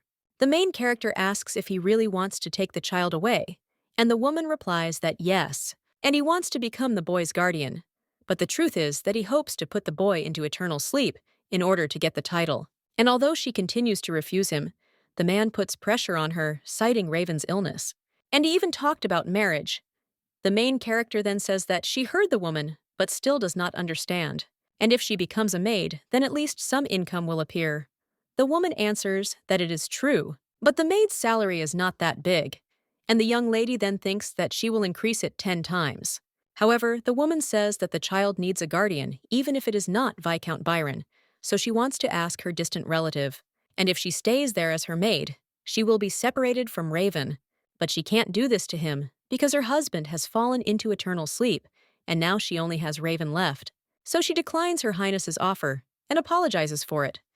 But the main character only turns to Countess Lena Sela, and claims that she has one question, after which the girl asks if the woman would agree to become her maid if the problems with Raven's salary guardianship and education were resolved. The woman is then a little surprised, after which he smiles and answers that yes, and she would be very happy. The main character then says that it is good and let her follow her. The woman is a little surprised and asks where Her Highness wants to go, and the girl replies that she wants to go and solve problems. A little while later, they are already approaching the king, and the young lady claims that she wants to make Countess Sela her maid. The man then says that the girl has no reason to come to him if she wants to hire one of the servants, and he wonders if she really has a problem. That is why they came to him.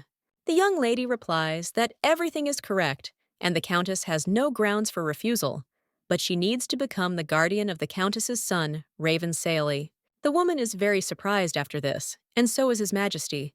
The girl claims that she also wants it, so that Countess Sela and her son would stay to live in her palace. The man then tells the princess that, unfortunately, she is too young to become a guardian, and the girl wonders if she can't become a guardian if the king gives his blessing. The man then wants to say something to the young lady, but she only wonders if this is too much. The girl understands that the use of power is what sets her apart from others. The man only sighs after this, and then turns to the countess and asks what she will say. And also, does she agree for the second Princess Lottie Pandarian to become the guardian for Ravensale? The woman then doesn't even know how to answer, and the young lady only whispers to her that the salary will be 10 times more. After which, the countess is silent for a moment, and then recalls how the young lady claimed that the woman deserved praise for having gone so far, and that she is a wonderful mother and also did everything in her power. So now she just smiles, and she claims that it will be an honor for her. A little while later, the woman already enters the mansion, and it is welcomed, and also states that her name is Lena Sela, and from this day on, she is the maid of Her Highness the Princess, and thanks to her grace, she will remain in the palace with her son. The boy at this time looks out from behind his mother and asks to take care of him, and also claims that his name is Ravensela. The maid then greets Mrs. Lena, and the other maids also ask her to take care of them. Thus, Lena successfully became the main character's maid. And now, the young lady is lying on the bed and also thinks that she can finally rest and lie in your warm bed. Well, at that very moment, someone knocks and claims that it is the maid Selah, and also asks if it is possible to come in. The young lady then tells her to come in, and the woman does so, and also states that she feels she should thank the lady again, and she thanks her for her help. The young man also claims that he will definitely pay for the princess's favor, and she can be sure. And the main character thinks what a cutie he is, after which she thanks him and asks him to take care of her. The woman at this time tells the princess that she has noticed several things that need to be corrected. And first, she needs to buy a new dress. Betty says that's true, and the lady only has 4 dresses, and those are from last year. And the young lady thinks that shopping seems unavoidable. Leanna claims that etiquette requires at least 3 outfits for each season, and a walking dress, as well as home clothes, and a dress for going out. After which, the woman asks if the lady would mind if she did this, to which the girl agrees. And Leanna claims that she knows an excellent tailor, and the young lady says that apparently the woman knows more about fashion than she could imagine. Leanna replies that, of course, because working in the royal palace, it is impossible not to understand fashion, because at the peak of her career, she visited various ateliers every weekend. So the lady has no reason to worry about the upcoming prayer celebration, and she will prepare everything. Betty says that this is for sure, and the celebration is already so soon. The young lady then asks what kind of celebration this is, and the girl replies that it is a prayer celebration. This is an important national event that takes place in late spring. Everyone prays for well-being and health, and they pray for one day, but the holiday itself takes 3 days. Betty claims that the opening of the prayer, it takes place in the Daytome Temple, and it is located near the royal palace. However, the young lady insists that she will not go. The girl understands that the gods are clearly evil. Since she refused to make nectar, how can she go to the temple? And despite that Daytome is a kind goddess, but she should still avoid attention. However, the maid immediately says that this is not possible and that she should go. One of them claims that this is an event of national significance, and members of the royal family cannot remain on the sidelines. The entire royal family must attend the national event. The main character then wonders if the whole family will be there. Betty at this time turns to Her Highness, and he asks if she doesn't want to see everyone, because she is Her Majesty the Queen. Prince Leonard and Princess Stella will be there. Leanna says that's great, and Betty replies that this is true, but the main character thinks that everything is not so, and she wonders if she will be able to stay if she faints, and still wonders when she will be able to rest. A little while later, the main character is already riding in a carriage, and thinks that if she jumps out of it, she won't have to go to the celebration. Well, she also thinks that if Daytome shows up and asks why she doesn't make nectar, and also will the king and queen take more care of her, but then the queen, the prince and princess would watch her, and of course at least once she would have to meet the gods. So Daytome is the least evil for her, but the girl still understands that she does not want to go to this holiday at all, and now is such an unfortunate time. Because of her affairs, the entire aristocracy is watching her. At this time, someone turns to Nuna and asks if everything is okay. It turns out to be a prince, and he asks if the girl is hot and whether she should open the window. The girl replies that she is fine, and also turns to the boy and asks why he is going to the Daytome Temple with her. The girl understands that during official events, members of the royal family move separately to avoid accidents. And the young man at this time says that it is simply her first official event.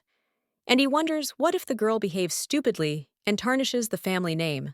However, the young lady says that he just wanted to go with her, and the young man cries out that everything is wrong. And then the girl asks if this is all because he is still young and really needs to be held by the hand, and also if he wants to hold her hand.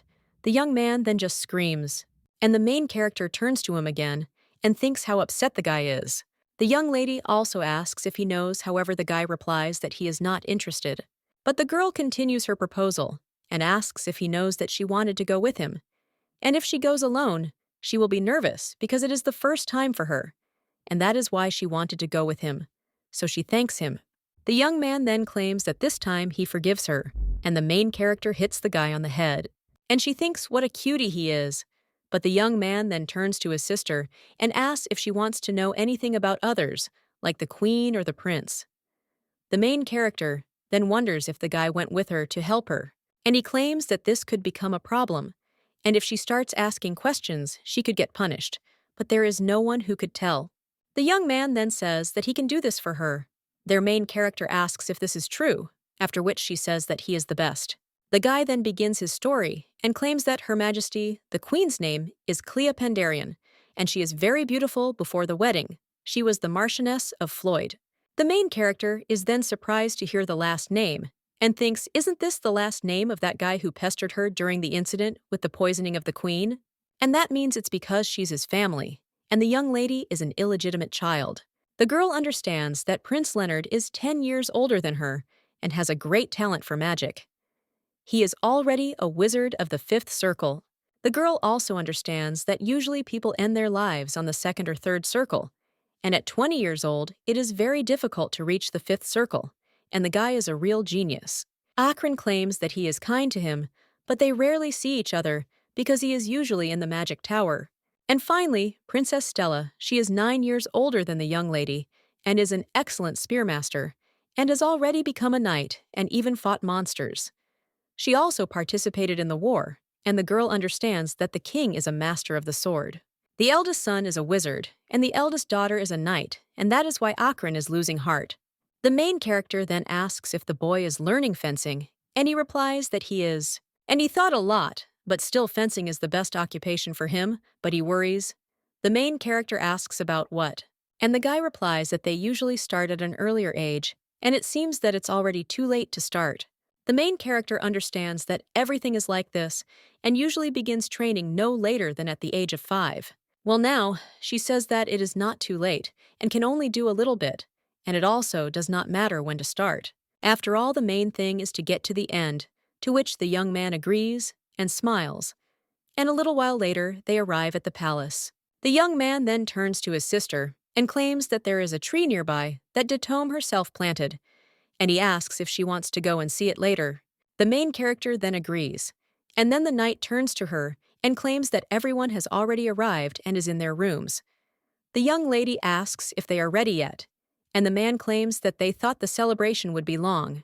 There is very little time left, and he thinks that they should hurry, after which they go somewhere, and the young lady turns to the knight and also asks if the business with the unfamiliar gambling house is finished. The man answers that yes, of course. And also all the smugglers were caught, and the gambling house was closed. The young lady then says that's how it is. And the knight claims that there is one person left that they can't find.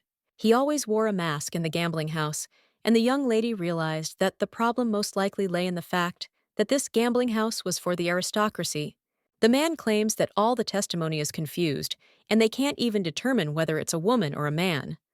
All that is the same in the stories is the mask, and the main character wonders if this is the magic of illusion. The man claims that they even asked the royal wizard from the Tower of Magic for help. The young lady says that she hopes they will find an answer quickly, and the man claims that he has other things to do, so he will leave the girl, after which another priest approaches her, and also claims that from there she will accompany her.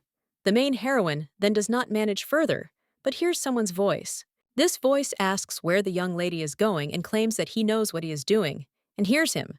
The girl then addresses her by her first and last name, but then corrects herself and addresses her as a traveler, a palace of nectar. The main character stops, and the priest asks the princess if something has happened. And the young lady then wonders if they hear anything and where this sound is coming from, after which the voice tells the girl to look below. And the main character attacks, but then thinks that this can't be on the floor near her leg. The main character sees a branch of some plant, and it appears to be the goddess of fertility. The goddess at this time says that she is so glad that Lottie is there, and she was lying on the ground for more than 2, and she also already thought that she would plunge into eternal sleep. But Lottie wonders if the girl hadn't decided to have a good rest, leaving the holy relic. The girl understands that usually the gods inhabit the relic, because this way they can communicate with the priests. The goddess of fertility then claims that she doesn't know why she's still there, and the main character wonders what she's talking about. The woman claims that she, as usual, tried to enter the relic to bestow a blessing, but was thrown back. Well, the young lady then wonders why she doesn't give up on appearing and return to the divine world, and she certainly will give up on health this time. The goddess claims that she can't do that, and the other bugs will mock her for tens of 1,000 years. Because as soon as she thinks about Curice, who immediately sees his face, the main character thinks that she doesn't like him either. And the boy always demanded more nectar. The goddess at this time begs the young lady to help her return to the kingdom of the gods, because she will repay the girl with what she wants. Lottie then says that, well, and regardless of the power of the god, being in the human world for a long time is fraught with serious side effects. So now the young lady only says that she should not forget about, yes, protect her. The girl then puts the twig in her clothes, and Akron asks what happened to her. Lottie replies that nothing, and she just picked up the speaklet that was lying there. And then the young man says that they can go. But one of the priests cries out that something bad has happened. The friend then asks what happened, because today is a quiet and pious day. But the young man claims that he is asking for forgiveness. But the priest Anton, the main character, only sighs after this and realizes that she is sure that this is all because of Detomes, after which she claims that something serious must have happened, so they should go faster. A little while later, someone asks for forgiveness and announces that Her Highness Princess Lottie and Prince Akron have arrived. At this time, the main character realizes that she tried so hard and wanted so much to avoid these people because Queen Clea is there. And Princess Stella and Prince Leonard the Queen then greets Akron and Princess Lottie. And the main character bows, after which the woman looks at her a little coldly, but still smiles. And she claims that she heard about the trouble that happened in her absence, and she is also sorry that she could not be there. The young lady tells Her Majesty that everything is fine, while Akron turns to Her Majesty and asks if something has happened. In his sister states that there seems to be a problem with the holy relic, and the young man is a little surprised. And the main character asks if she can find out what happened to the relic. Well, the princess then only wonders what the girl can do, after which someone closes the book and tells Stella to stop. It turns out to be a prince, and he claims that everyone knows that the gods can only give their blessing through a relic. The young lady replies that yes, she was told about it, but she understands that she did not see it. The man claims that Detome is the goddess of abundance, and she was unable to enter the relic. And to find out the reason, His Majesty the King and Her Majesty the former Queen, as well as the High Priest, gathered in that room. The main character then wonders if the relic is there.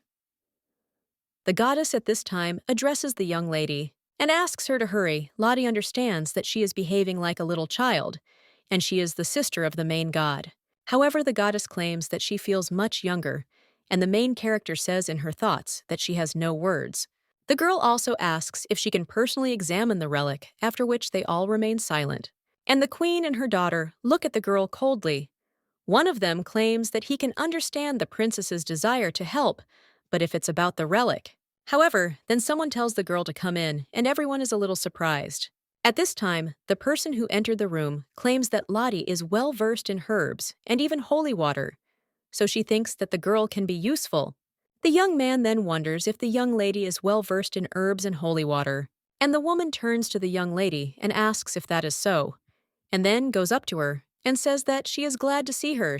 The main character understands that they are not so close and wonders why she addresses her so sweetly. At this time, the woman notices something else and asks where the girl put the bracelet. After all, she told her to wear it always. The rest of the family watches this with a little surprise, and the former queen simply tucks a strand of the young lady's hair and tells her to wear this bracelet always as a talisman, and she wants him to protect the baby as he did her. The girl is then shocked and wonders why the former queen did this to hers. The rest of the family watches as well, and the former queen turns to Lottie and asks if she will come in with her for a while. The girl then nods and thinks that it is true to believe her. She must not forget why she is there. After that, they go outside, and the main character asks if they intend to become impudent. The queen treated her in a friendly manner and smokes others. The woman replies that of course, and the young lady is surprised. And the former queen claims that she did not give her the bracelet for nothing, and she gave it to the girl to get something in return. A little while later, the little girl asks if the woman wants her to control Prince Leonard and Princess Stella. But the main character also asks how to do this, and screams that as soon as she intervenes, they will take her knife in the back. The queen wonders if the girl really thinks so, after which she claims that she thinks the girl will be able to change the royal family and is looking forward to it from her. A little while later, the girl already enters the place where the priest is standing, and the king, seeing the girl, he asks what she is doing there. The former queen claims that she has brought a young lady, and Lottie is a great herbalist, so they could use her help. Cool then turns to his mother a little worriedly, and the main character looks at this branch, after which the man claims that it is true, and the shrine of their temple of the goddess Detome is this branch. The king turns to the high priest and states that he wants to say that the celebration will be held anyway, and the man says that he understands, however, they still do not know if the goddess Detome has possessed the relic. At this time, the spikelet fidgets in the young lady's bow and asks if they are really joking with her, and also says that they should let her come back, and if she tries now, she will look good. The main character then refuses and tells her to wait, because if something is wrong with the relic, this could cause damage to the environment in the kingdom, so we need to figure this out first. The young lady asks if she can look at the holy relic of the wealthy. He says yes, but he asks her to be extremely careful. The girl then takes this branch in her hands and examines it from all sides, but realizes that there seems to be nothing there. The goddess then asks how this is possible, and the young lady claims that she really does not see any problems, and there is no damage, and also feels the divine power. And there is nothing strange about it. It also rarely looks so fresh, as if it was just cut. Well then, the main character thinks why she looks like that. She also asks the goddess if she remembers when this branch became a relic. The goddess replies that it was a very long time ago, and maybe a little over 1,000 years. Then the main character breaks this branch, after which the priest screams in shock, asking what the princess is doing. And the king is confused.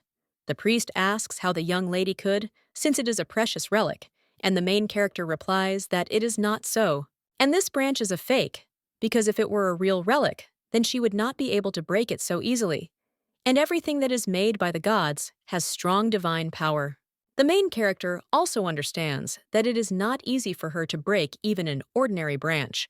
The priest is also interested in this perhaps, after which they fall to the floor.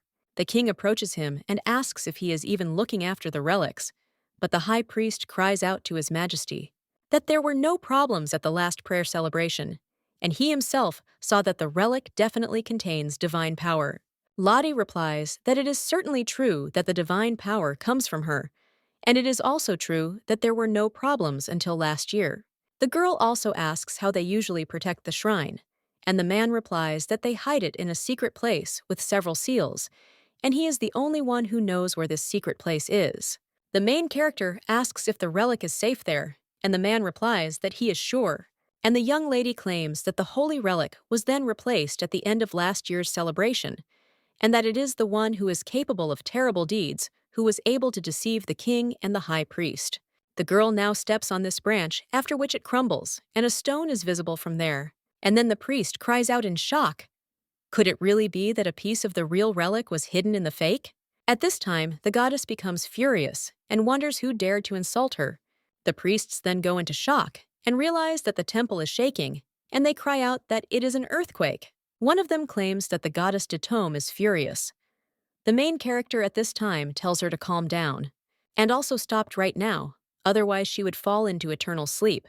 The goddess then stops and apologizes, after which the main character says that if the celebration is cancelled, people will be disappointed, and rumors will spread that Detome's accusations will cause Pandarion to leave, so they need to create a new relic. The king is then a little surprised and asks the girl if it is necessary how to do it. The young lady claims that they have something that was bestowed by the goddess Detome herself. The girl also remembers how the boy said that there was a tree nearby that Detome herself planted. The young lady asks if the stolen holy relic is not part of this tree.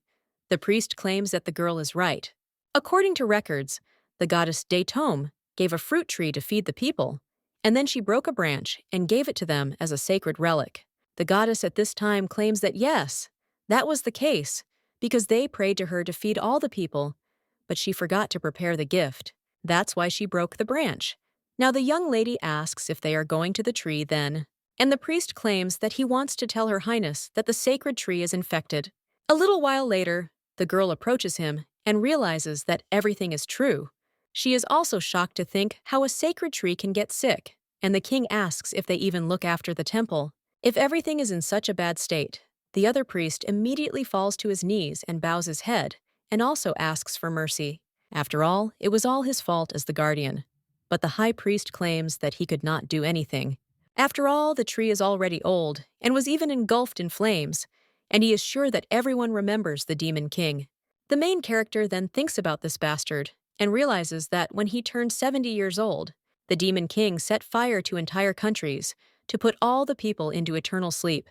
And because of him, the girl fell into eternal sleep a few months after her memory returned, and then it seems he disappeared without a trace.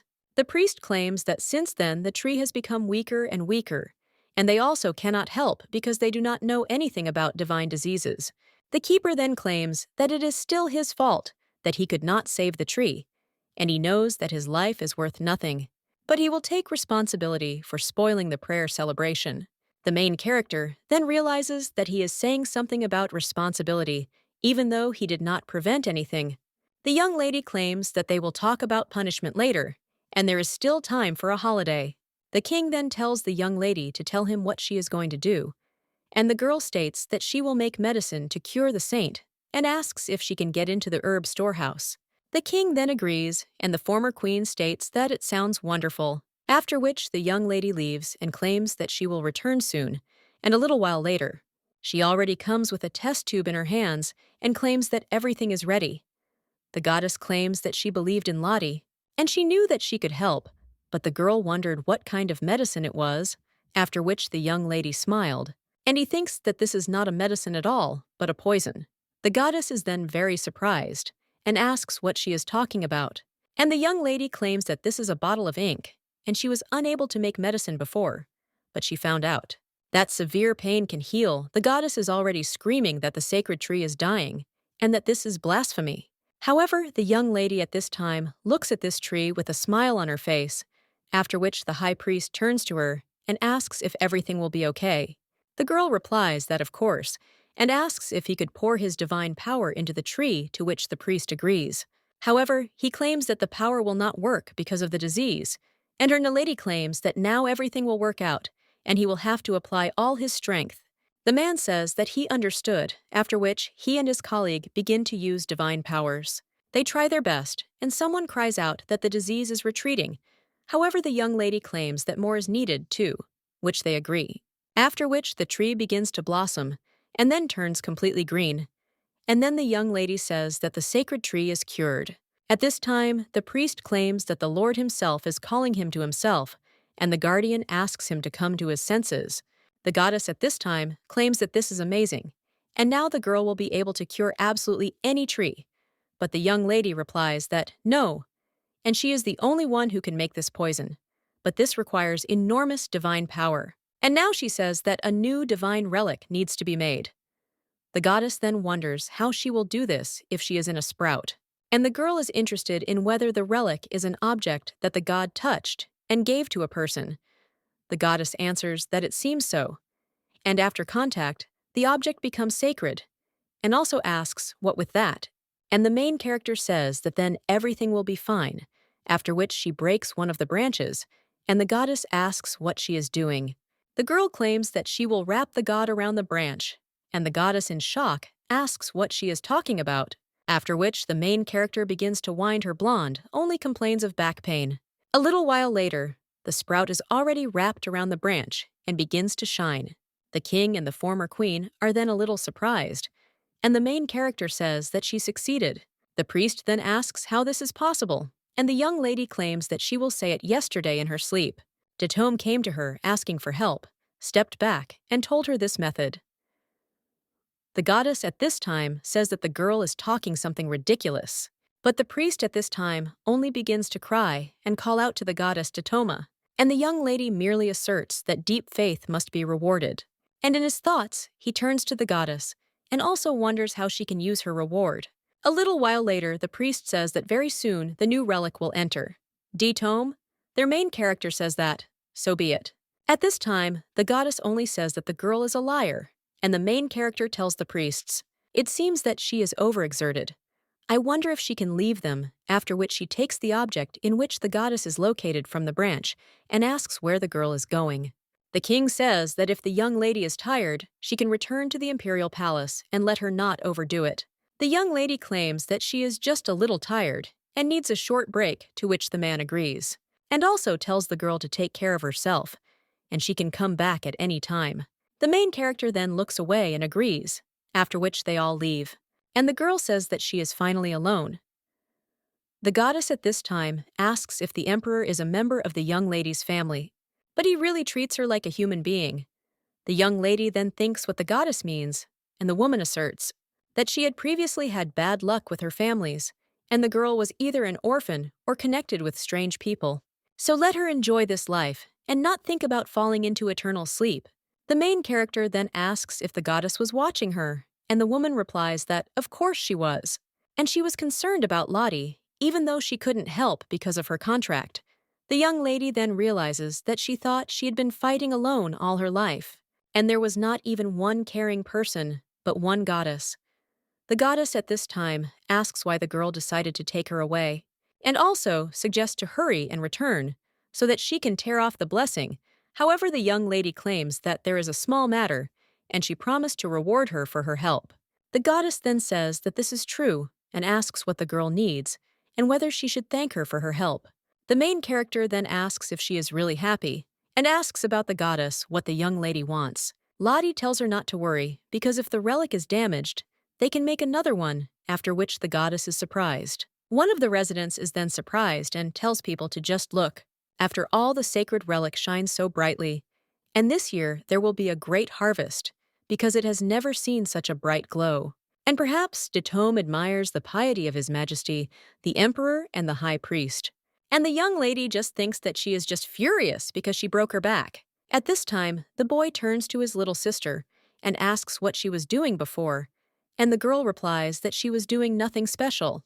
The main character also looks at the prince and princess and thinks that they are pretending not to hear anything. The girl claims that she only saw that the shrine was damaged and could not do anything, but it seems that the high priest was able to fix it.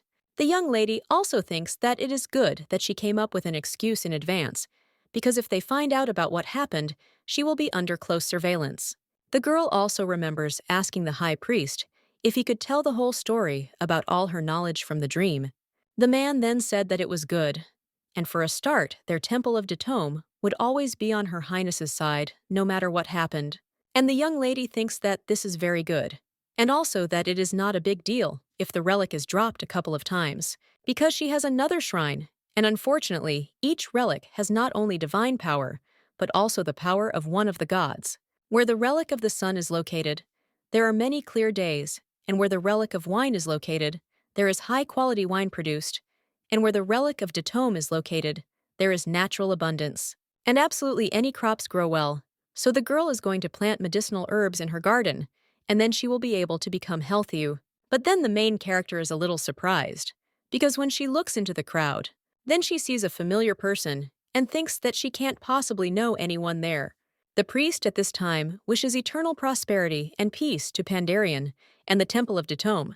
The young man at this time turns to his sister and says that they are finished, and the young lady asks what it is and whether it could be that he was still alive. After which the girl runs off somewhere, and the young man asks where she is. At this time, the girl is just making her way through the crowd, and she screams for them to wait a minute, and also to let her pass. After which she also screams for this person to wait. A little while later, the young lady is already trying to catch her breath and is also wondering where she is now.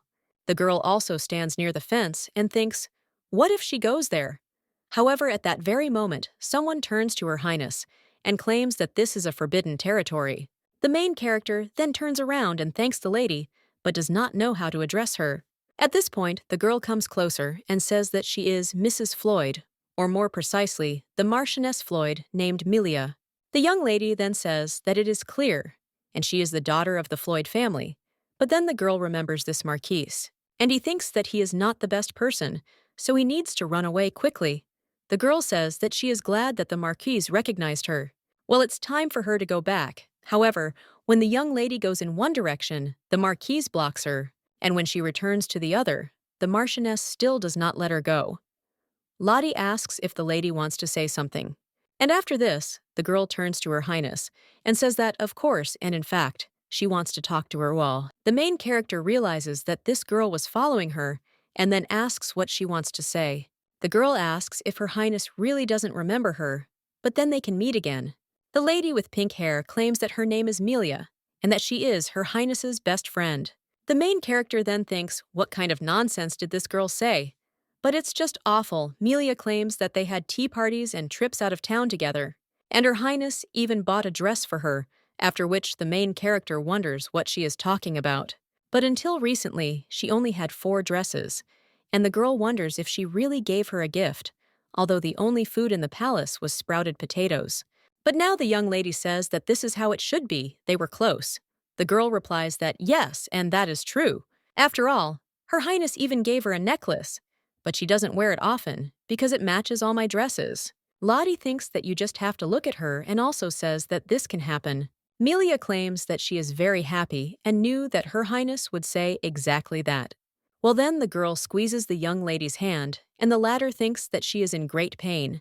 Melia Datetime claims that in truth she was very worried and wonders if Her Highness has forgotten even about her. But the girl also says that it's okay because it won't change their relationship and Her Highness is her best friend. The main character at this time turns to Lady Floyd and then says that she is disrespectful. The girl is very surprised by this and asks if Her Highness is talking about her. And Lottie replies that she thinks that because the girl is still young, she is not well trained in etiquette. And she tells Lady Floyd that she is not her friend, and maybe they were close in the past. But who dares to touch a member of the imperial family first? Melia is a little surprised by this, and Lottie says that no matter how high-ranking an aristocrat is, the Marquise has no right to touch a member of the imperial family. And also, she should know her place. The young lady also asks if the girl is familiar with Baron Leoldine, after which the young lady says that she knows him but is interested. Why does Her Highness ask about him? Lottie replies that she wants to report that they say that Baron Dean has appropriated the imperial money and also the jewels. And also among them was a precious necklace presented by His Majesty the Emperor. The girl then, with shaking hands, asks if Her Highness could tell her what kind of necklace it was. And the main character replies that it is a beautiful pearl necklace. The lady with pink hair is then very surprised, after which everyone tells him that she remembered an urgent matter, so she asks for forgiveness and she will go first. Lottie realizes that she was simply making an assumption. She was curious about why Baron Dean wasn't afraid of Marquis Floyd, and also wonders if it's all about Lady Floyd. This necklace was given by none other than the Emperor. In fact, she gave it to Marquis Floyd, and the girl claims that it is all very annoying. A little while later, she is already returning to her palace. The boy then points his finger at something and asks his sister what it is. The main character comes closer to the window and asks what he is talking about. The boy points to a branch, and the young lady claims that it is nothing special and also something similar to fertilizer. The young man then says that this fertilizer is very strange, and the goddess in the kingdom of the gods at this time is almost crying because of the way her artifact is being treated. The main character realizes that since she and Akron became closer, they have become more tender. The girl also turns to the boy and asks how he is doing with His Majesty. The young man replies that he and his father were recently on a short trip, and he said that if Akron performed well in fencing, he would give him a sword. The young lady then smiles and realizes that the boy had always called his father His Majesty before, but now he addresses him as Dad. The Emperor, although belatedly, seems to want to improve their relationship, and so he sends the girl all sorts of gifts. Sometimes he understands, but not always. However, one thing is for sure, and this is what the Emperor's insomnia can no longer be ignored, because judging by the rare meetings, his condition is worse than she thought, and the man must start taking medications, or else he will feel even worse. At this time, someone knocks on the door of the room. Their main character tells this person to come in, after which a boy comes in and greets Her Highness, but there he sees Akron, who looks at him coldly. Lottie asks what happened, and Raven tries to answer, but then the prince interrupts him and asks what the guy is doing in his sister's palace. However, at that very moment, the main character hits him on the head. The young man then asks why she did this, and the young lady claims that one cannot talk like that to strangers, and it is better to ask her sister who this boy is. The guy does this after that, and the main character says that it's good, and let him fill it out as an example, after which she says that they should get to know each other. After all this, young man is the Earl of Ravensale, and she is his guardian. The boy says that it is a great honor for him to meet His Highness. Akron also introduces himself, and says that he is the second prince, but still looks at the boy coldly, and also asks why he is in home clothes, and also whether he lives there. The main character replies that yes, and Mrs. Sayla is her maid, and Raven is always with her, so they live together. After this, the prince only cries out that he also wants to live with his sister, and slanders her, and asks why he doesn't leave his huge palace and move in with her, after which she turns to Raven again and asks what happened. The young man replies that he doesn't understand something in the textbook, and the young lady asks what it is. The guy then points to one of the parts and says that this one, after which the main character explains what should be there, and the prince, seeing this, only smirks and then asks how old the boy is. The young man replies that he is 9, after which the prince only looks at him confidently, and also claims that the elder brothers will teach the little count everything. Raven then thanks the guy, and Akron says that then they can look after, which the young man shows how it should be there, and asks if he understands. Raven answers that it is not quite. The main character realizes that if she thinks about it, Akron is communicating with a peer for the first time, and she hopes that they will become good friends. The prince at this time claims that everything is fine, and he will explain again. Then he does so. However, Raven claims that, to be honest, he does not understand the explanation at all. At this time, someone knocks in her head, and the main character wonders if it is Betty's. After which he asks if there are any buns left after breakfast, and also if she can bring a snack. Well then, the maid tells Her Highness that the prince has arrived, and the boy enters the room. Akron says that this is Prince Leonard. Raven also greets His Highness, and the main character rises from her seat and asks what brought Prince Leonard there.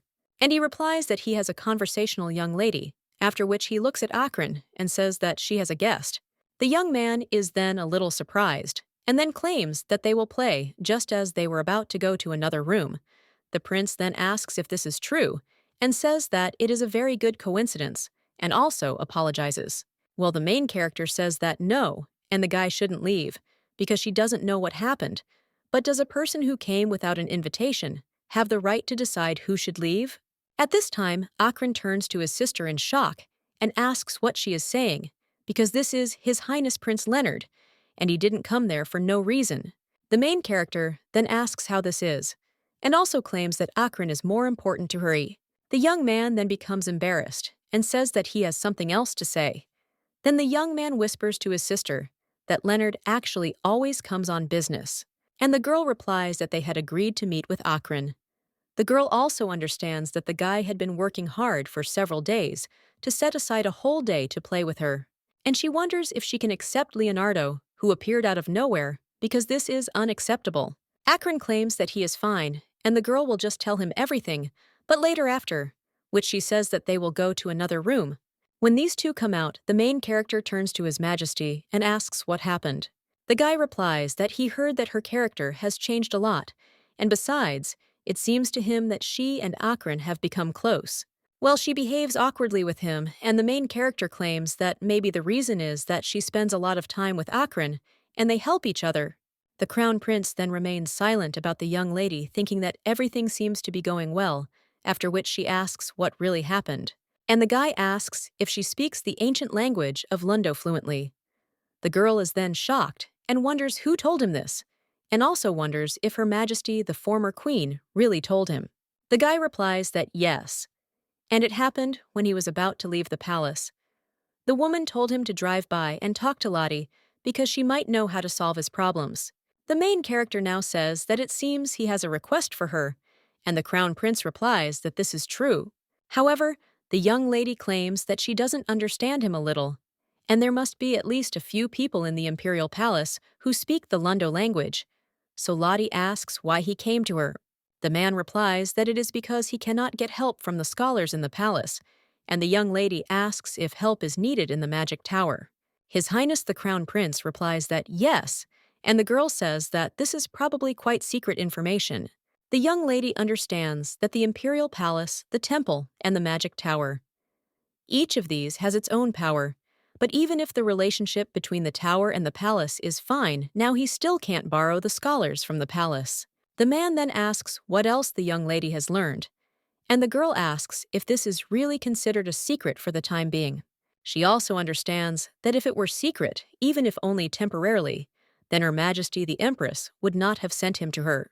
His Highness at this time says that the girl is right, and it seems that she has become much smarter. The young lady replies that she was born a genius, and the young man says that it was just that he did not recognize it before. He also claims that everything is as she suggests, and he had an ancient book that he does not want to share with the imperial family or anyone else.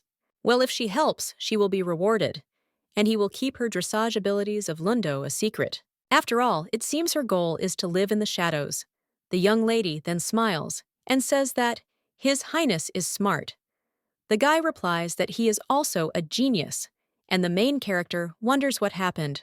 The guy then asks if she knows anything about magic, and the girl replies that only a little. And the main thing in magic is to create your own circle and learn the spell, as well as other circles. But it is also important to constantly learn something new, as well as restore magical knowledge that has been lost. After which, the young lady asks if he found a spell book in the Lundo language. The guy answers that this is true, and the owner of the ancient book spoke Lundo perfectly, and those who knew this language, at least a little. They tried to translate it, but all failed. The girl then asks where this ancient book is, after which in shock she says that this can't be. And does she really need to get into the magic tower? The young lady also thinks that he must have gone crazy. And of course, if you use teleportation, it will be fast. But it is so problematic, after which the girl claims that she will not go. However, the prince says that His Majesty the Emperor said that she is looking for good medicine, and if she translates the book perfectly, he will give her a leaf from the world tree that is kept in the tower.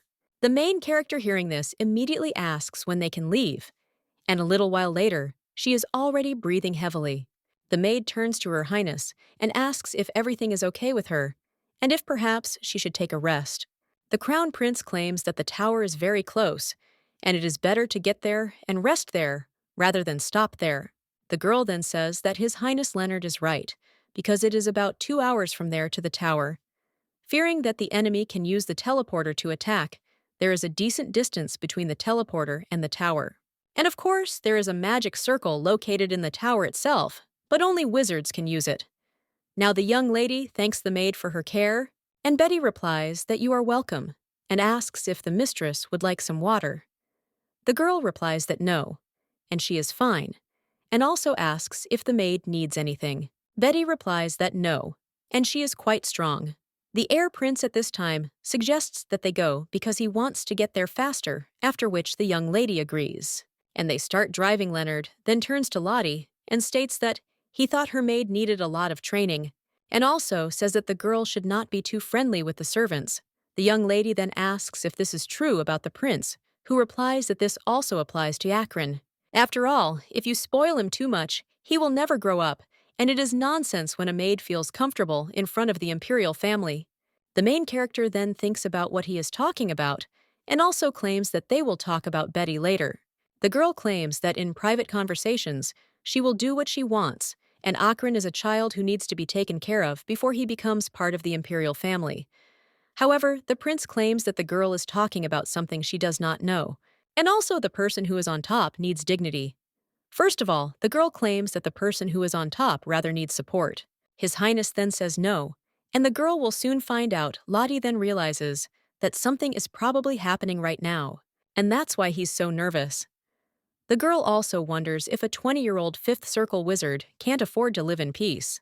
Well then, the young lady thinks that such actions are explained, after which the carriage shakes a little from the young lady immediately jumps up from her seat, and she quietly screams and then falls on His Highness and says that she fell. Blinn then asks if she is okay, and the girl answers that she is, after which she touches it and thinks that it is worth looking at. After which, the young lady with her powers checks the guy's magic circle and sees that there is a crack in it. This circle is made to accumulate mana around the heart, and a crack in it means that mana is leaking out, and it also means that the owner cannot cultivate. A little while later, Prince Leonard is greeted by other mages, and one of them claims that he heard that he brought a man who speaks the ancient language fluently, and also asks if they will finally get a translation of the book. The guy replies that this is true, and that she was personally recommended by the former empress. One of the magicians claims that Her Majesty's opinion is trustworthy, after which the prince extends his hand to the young lady and says that this is Lottie Pandarion. She is the second princess, and this child is his translator. The magicians are then shocked and wonder if this princess is a fool. They are a long time later, the young lady's maid only sulks. And he also says that the lady just came to them, and they made such faces, and they are as stupid as potatoes. The main character then thanks the girl for being angry on her behalf, but claims that if she helps them even once, they will change their minds. The young lady also understands that in any case, it will not go beyond the walls of the tower. Betty turns to the princess and asks if I am better than them already, to which the girl replies that yes, and she is much better after the medicine and rest. She also understands that the wizard also helped her recover, and then the wizard dealt with it very easily, but Leonard just watched hers. And apparently, his problem with the circle is quite serious. At this time, someone apologizes to Her Highness and asks if he can come in. The girl tells him to come in, after which the magician enters the room and claims that he wanted to know how the young lady was feeling. The girl, with a smile on her face, replies that it is only thanks to him that she has become much better, and the man says that this is good. He also apologizes for his impudence, but asks Her Highness if she can really start translating the book. The young lady then wonders if everyone is interested in what skill she has, and the man replies that none of them expected her to arrive, and apologizes for thinking badly of her. The main character then thinks that she understands everything, and just a couple of months ago she was an insignificant mudblood, and today she came as a translator from an ancient language, and their doubts are completely justified. The young lady says that everything is fine, and that the driving force of wizards is their insatiable curiosity. The man then says that Her Highness knows these words, and the girl replies that yes, she has read several books on the history of the magic tower, and this phrase has touched her soul. The magician then claims that in the end, this phrase is nothing more than the ideology of the magic tower, and endlessly explore and also endlessly practice. The girl then compliments the magician and claims that endlessly be surprised by all the true world, and then he will tell you the right answer. The man then realizes that he didn't think that this girl would remember everything, after which he claims that Her Highness is a good person, and he is sure that those below will soon know about it. The girl then thanks the man for his support there. The man then tells Her Highness to follow him. Then they head down the corridor, and the girl thinks that a lot has changed there, and she also thinks that she really wants to visit her laboratory at least once. After that, they walk past the paintings, and the man claims that these are the wonderful people who led their tower. They were all amazing and wonderful, and if even one of them had not been there, the tower might not exist today. The main character then looks at one of the paintings and asks if it is possible that this is the Archmage Carmel. The man replies that she was a wizard of the 8th Circle and was also well-versed in the study and interpretation of ancient magic. Much of the ancient magic of the recorded tower was restored by her. The main character then becomes a little embarrassed and says that she is an outstanding person, and the man claims that the princess is right, because this woman is the one Leonard admires the most. The main character then asks, a little surprised, if there are any attacks, and also thinks that Carmel was an ordinary commoner, and thinks if she is really a role model for Leonard.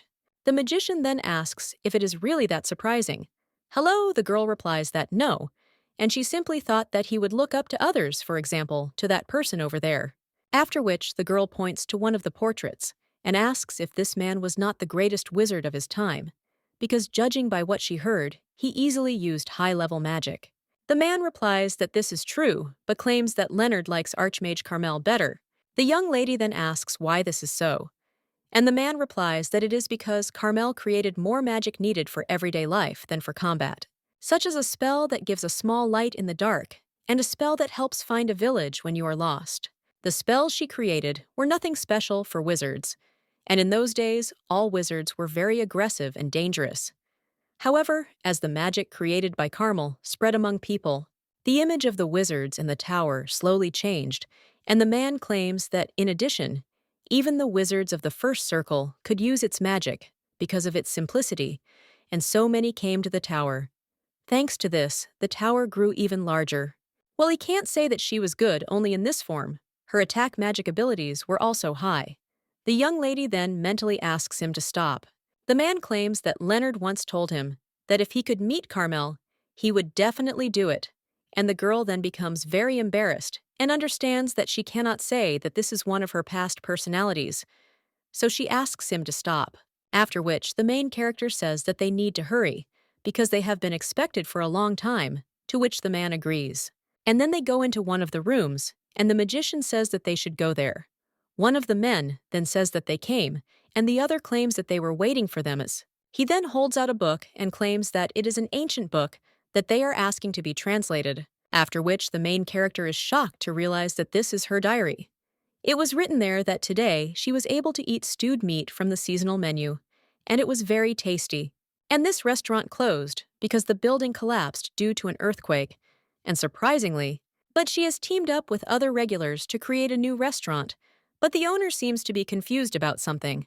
Before she fell into eternal sleep, she confessed to her that she was very glad when the restaurant closed because she could no longer work, but because of them, everything went back to the way it was before. But she couldn't lose the delicious stew. Now the young lady realizes that she should burn the diary instead of translating it. Mac then turns to Her Highness and asks if she can definitely translate the book, since she can spend as much time as she needs. The girl then replies that yes, and only a little more is needed. But then the young lady realizes that she wrote in the ancient language on purpose, so that no one could understand her, but she must do this in order to obtain the leaves of the world tree.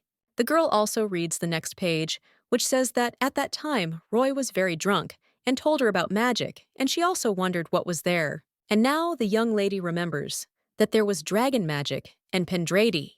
He was a red dragon he was friends with, and they had many fights with, and he has been dormant for hundreds of years, and Roy is the name he used when he was human.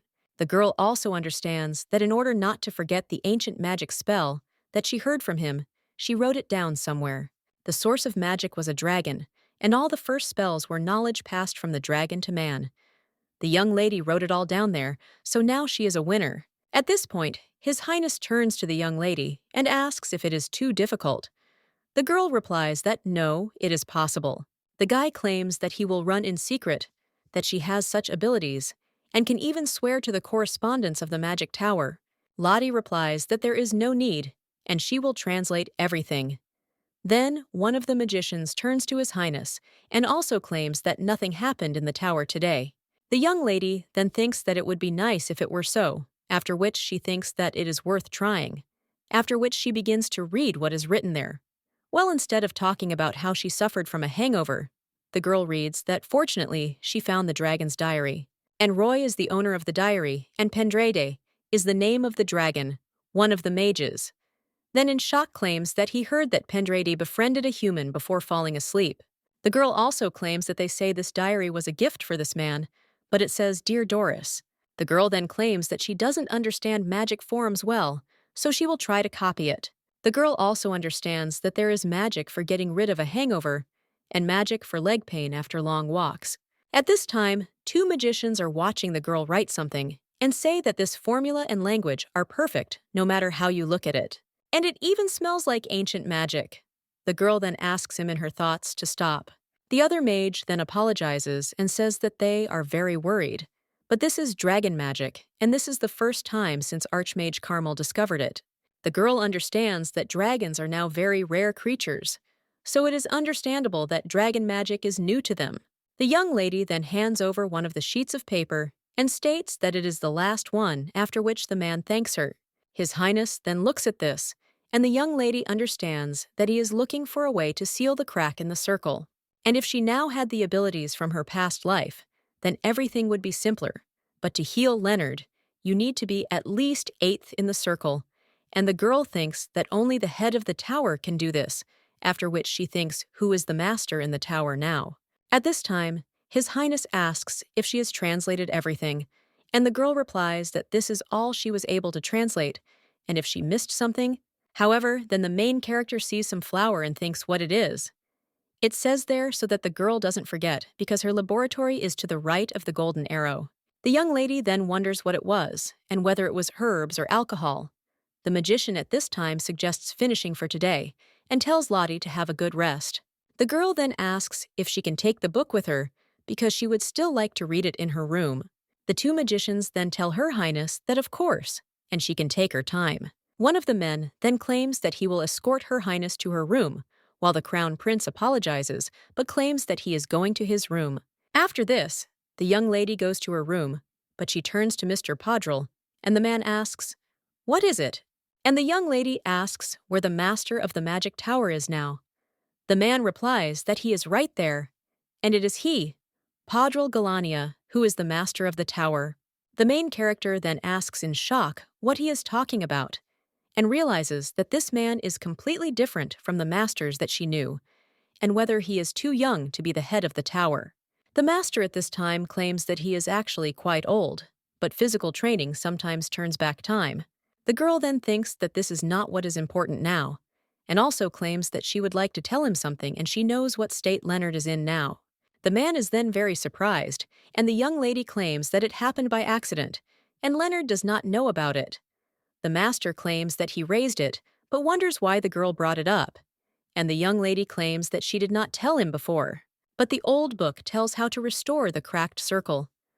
The master then asks if it is true, and the young lady points out that yes, it is a little dangerous to tell it there. After which, the master asks if the girl would like to have a cup of tea in his room, and the young lady with a smile on her face replies that of course. After which they come to the man's room, or he claims that he hopes the young league will like it, and he also thinks that he will be able to give her the leaves of the world tree only the day after tomorrow. First, he would like to make sure that the ancient magic has been translated.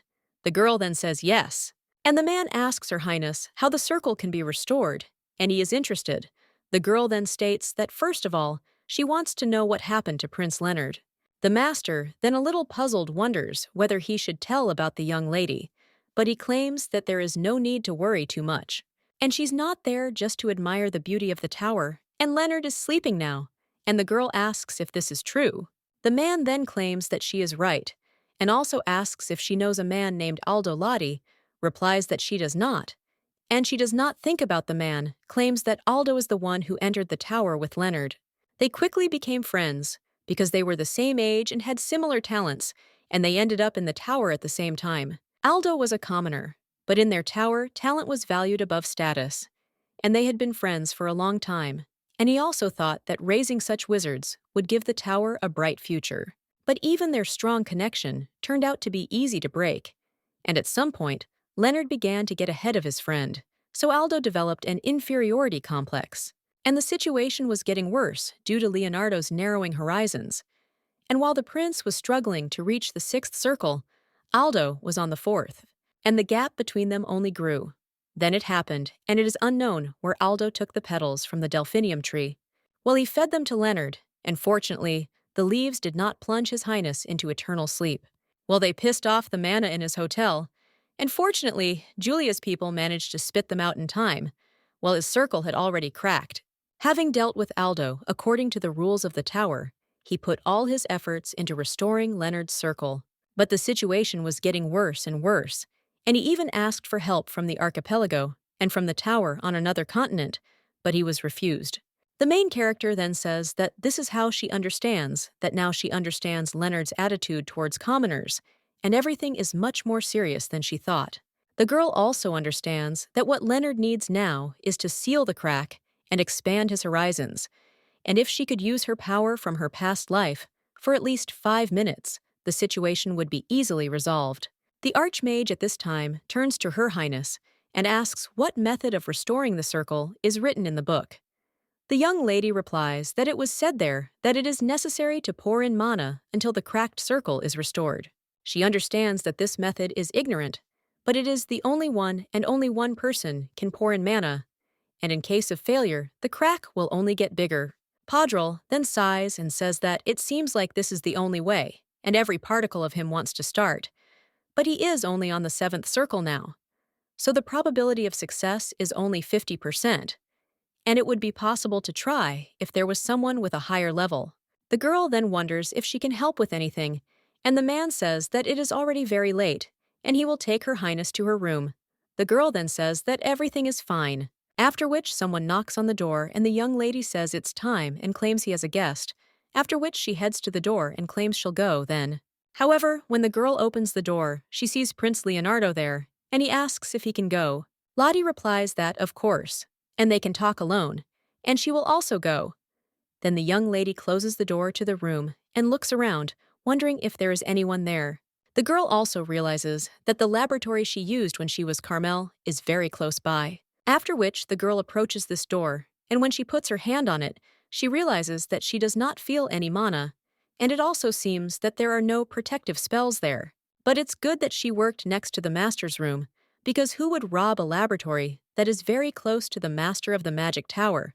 After which the young lady calls the name, which is her password, and opens the door. When the young lady goes inside, she thinks that everything is as before, but it seems like it was somewhere there. After which the girl finds a bottle with a potion, and with a smirk on her face, says that now it's time to set Leonard's brain straight. The tower master at this time turns to Leonard and states that he sincerely hopes that he will not give up magic, because it is the path he has walked for so long and the path he truly loves. The boy tells the teacher that it was so hard for him. After which the man says that he knows, and because of Aldo, the boy had to go through a lot. However, the young man cries out that this is not so. After which he claims that even before Aldo's betrayal, things were not easy for him. When the guy was on the 5th circle, he was completely sure that he had climbed to the top, which would have taken anyone else a lifetime to reach, and he firmly believed that he would become a powerful archmage. Well then, one mistake happened, and then another one, and after several such mistakes, he was ready to plunge into eternal sleep in order to achieve his goal. That is the 6th level. Gritting his teeth, he continued, and that was all because Aldo was supporting him. And this guy was right when he said that if he couldn't rise even higher, he would be stuck there for the rest of his life. And what has come of this? There is a crack in his circle, and they have not been able to find a cure for it for a very long time. After which, the young man tells the teacher that he can no longer stand this. The master then tells Leonard to calm the council down. He just needs a little freedom from the burden. But the boy screams out what he can do. After all, looking around, he sees only impenetrable darkness. At that very moment, someone bursts into the room and screams that everything is wrong. It turns out to be Lottie with the potion. The master then asks Her Highness if she hasn't gone to her room, and the girl replies that she has found something better, and she has a gift for Leonard. Well, then he is a little surprised, and asks if this is really a gift for him, and the girl only opens a jar with a potion, after which she pours it on the prince's head. The man then screams what she's doing, and the guy just falls to the ground. After he opens his eyes, he sees a woman who greets him. The guy then wonders if this is Archmage Carmel, but also wonders why she is there. At this time, the woman says that the weather is good, and asks if it is, and the guy just looks at her in surprise. After which, the woman hits him on the shoulders and tells him to get up, and not to waste the time that the other woman gave him. The young man then becomes confused, and thinks, what does another she mean? After which he asks what he needs to do, and the woman asks if he asks what two magicians should do when they meet. After which, she claims to fight and starts using magic. The young man is shocked and thinks really, and she casts a spell without a single word, and also screams that he can't use magic right now. But the woman replies that no, and she knows that he can, because he will fall into eternal sleep if he does not begin to act. The young man then tries to create a magical barrier, but when the woman attacks him, the barrier collapses. The guy then thinks that if he had reached level 6, everything could have been different, and the woman then asks if he now thinks that if he had reached level 6, there would be no point in dealing with her. Well, if he is at level 6, then she is at level 7. After which, the woman uses her magic, and the guy is hit a lot. The woman claims that if he had the 8th level, she would have used the 9th. He asks if the guy knows what his problem is, after which he claims that he neglects what he has achieved so far. The young man then tries to object, and the woman just tells him to appreciate what he has now, and also to remember it. The young man then, almost crying, agreed, and the woman asked what she would answer now in front of herself. The guy answered that he saw the sky, and also his own miserable reflection. And the woman says that it is good, so then he needs to set his brain straight.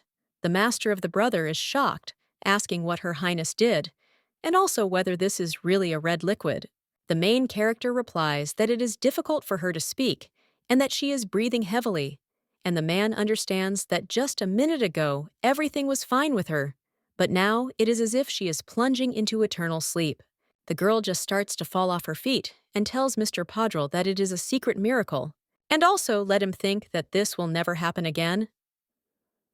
The man then tells Her Highness that he understands, and the girl says that it is good. And she also claims that the prince will not refuse this path, and she wanted to ask him for a favor, after which today in the magic tower, and the man just continues and claims that it didn't happen. He understands that he has no idea what happened today, but he knows for sure that it won't happen again, and is sure that the girl saved him. So now he claims that it was surprisingly quiet in the magic tower today, and asks if that is true. The girl says that she agrees, and it was quite quiet, after which she leaves, and the master thinks whether he is really dealing with a child. And obviously she was a naive child who never left the confines of the imperial palace. But now he sees her as an experienced person who has seen a lot in her life, and there are so many amazing things in the world. Then the man approaches Prince Leonard and thinks that he needs to be moved. But when he touches the guy, he is shocked, and he realizes that his magic circle has been restored. The main character is walking down the corridor and breathing heavily. She realizes that this time it was really hard, and she used the red liquid that she hid when she was still Carmel. Based on it, she made several elixirs that increased mana, and finally cast an illusion spell to have the opportunity to meet Carmel. So if she is reborn in the body of a person who is gifted with magic, and then this red liquid can easily prolong her life, and she spent it all on someone else. And the first thought that came to her mind when she found the bottle was that she could pretend that she didn't know anything and leave it to you. Well, she's gotten old and soft, but now she has to be very careful, and the reason she got hurt so badly is simple.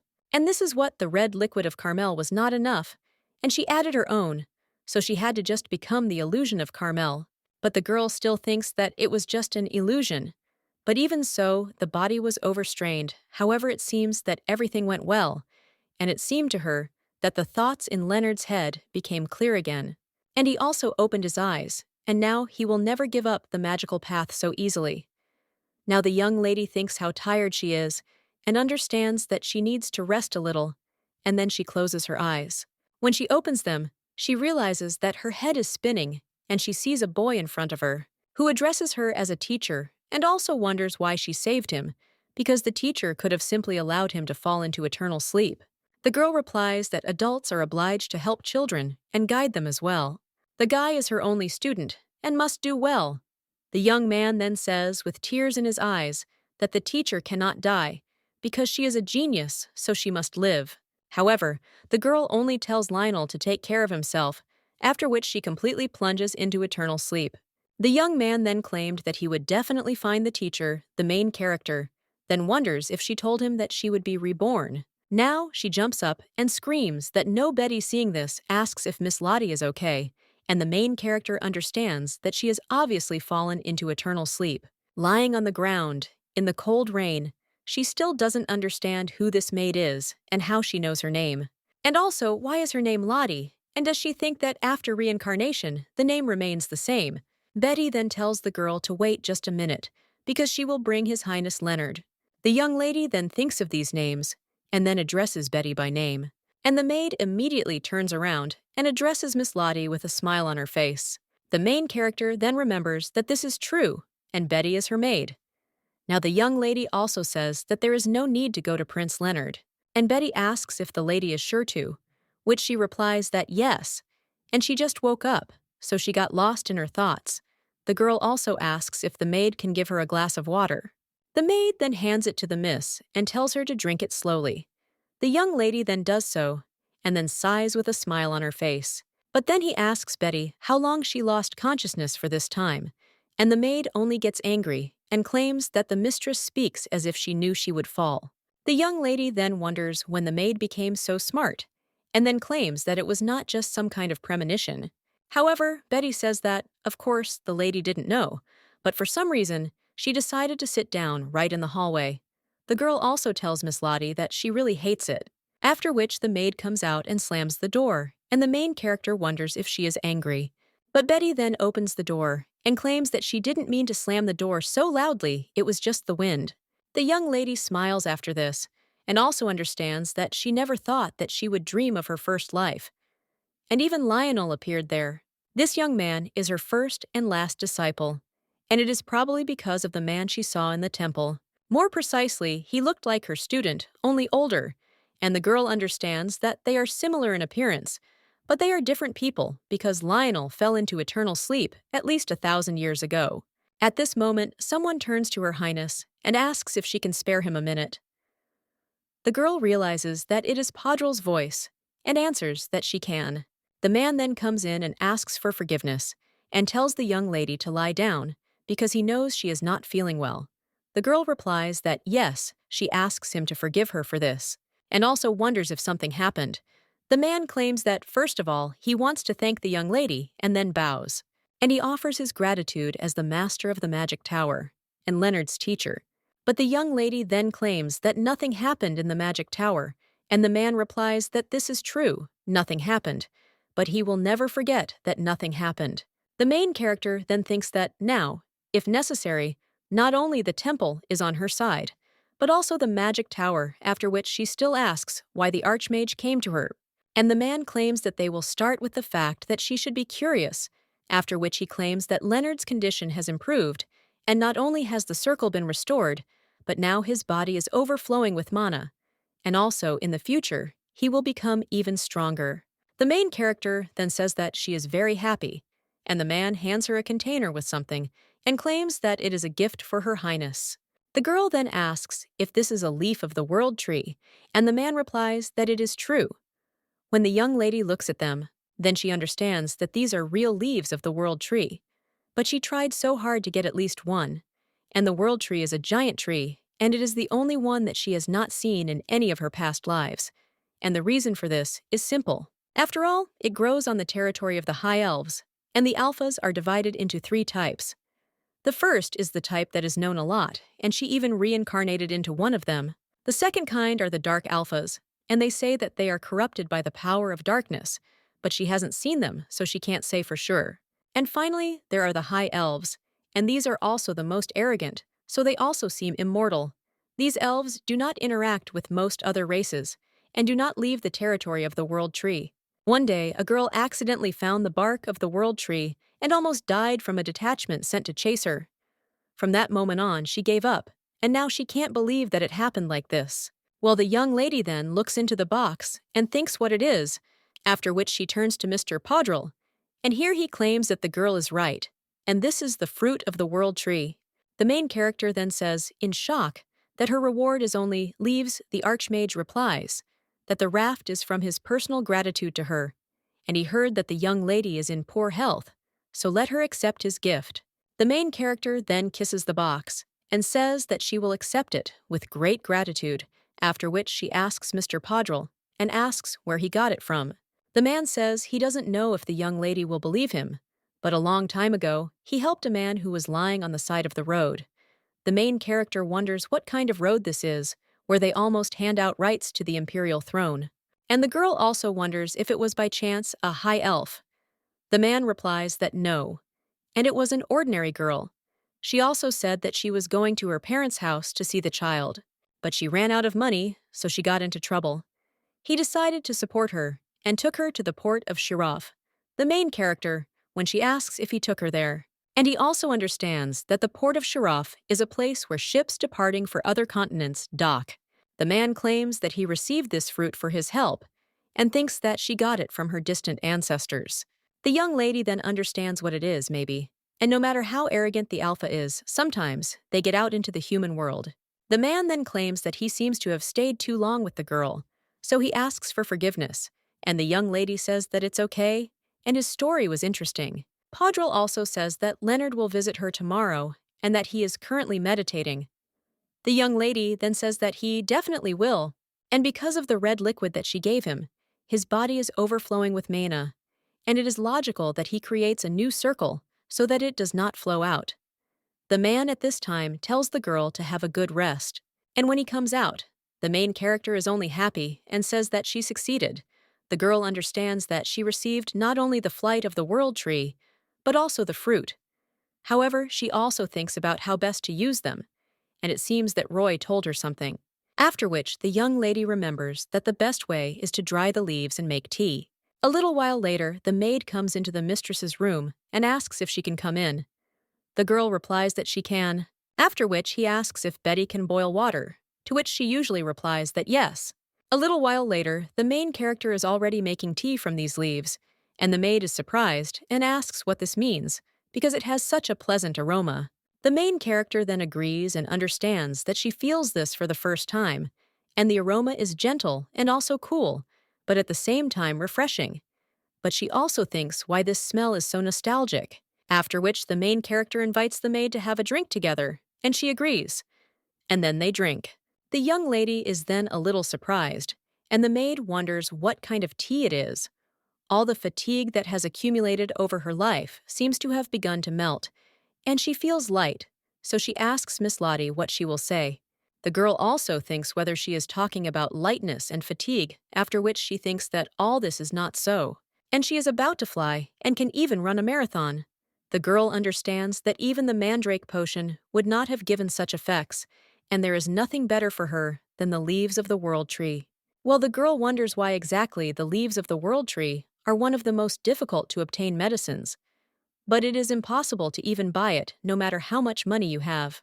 And what's even more surprising is that she is a simple human, not a representative of another race. But the best medicine for her is a byproduct of the world tree. Each race has its own ideal medicine, and gnomes are generally well suited to medicines based on roots with strong earth energy. For mermaids, the best medicines will be those based on the power of water. And for people, anything of good quality is suitable, especially if you take more. The maid turns to Miss Lottie and asks if something is wrong, and the girl replies that there is not. And the young lady also asks when they are going to the palace. The girl replies that His Highness Leonard said that he is currently busy training, and he wonders if the lady wants to wait until it's finished and come back with him. The main character then thinks that no, and Leonardo will still be working hard for a long time to strengthen his circles, so he won't be able to go with them, but she needs to see him, so she'll go after that. As the boy finishes meditating and goes to the emperor, because she must beg to save the world tree, the girl also understands that she will return to the imperial family as soon as possible. A little while later, someone asks if Princess Lottie has left the palace.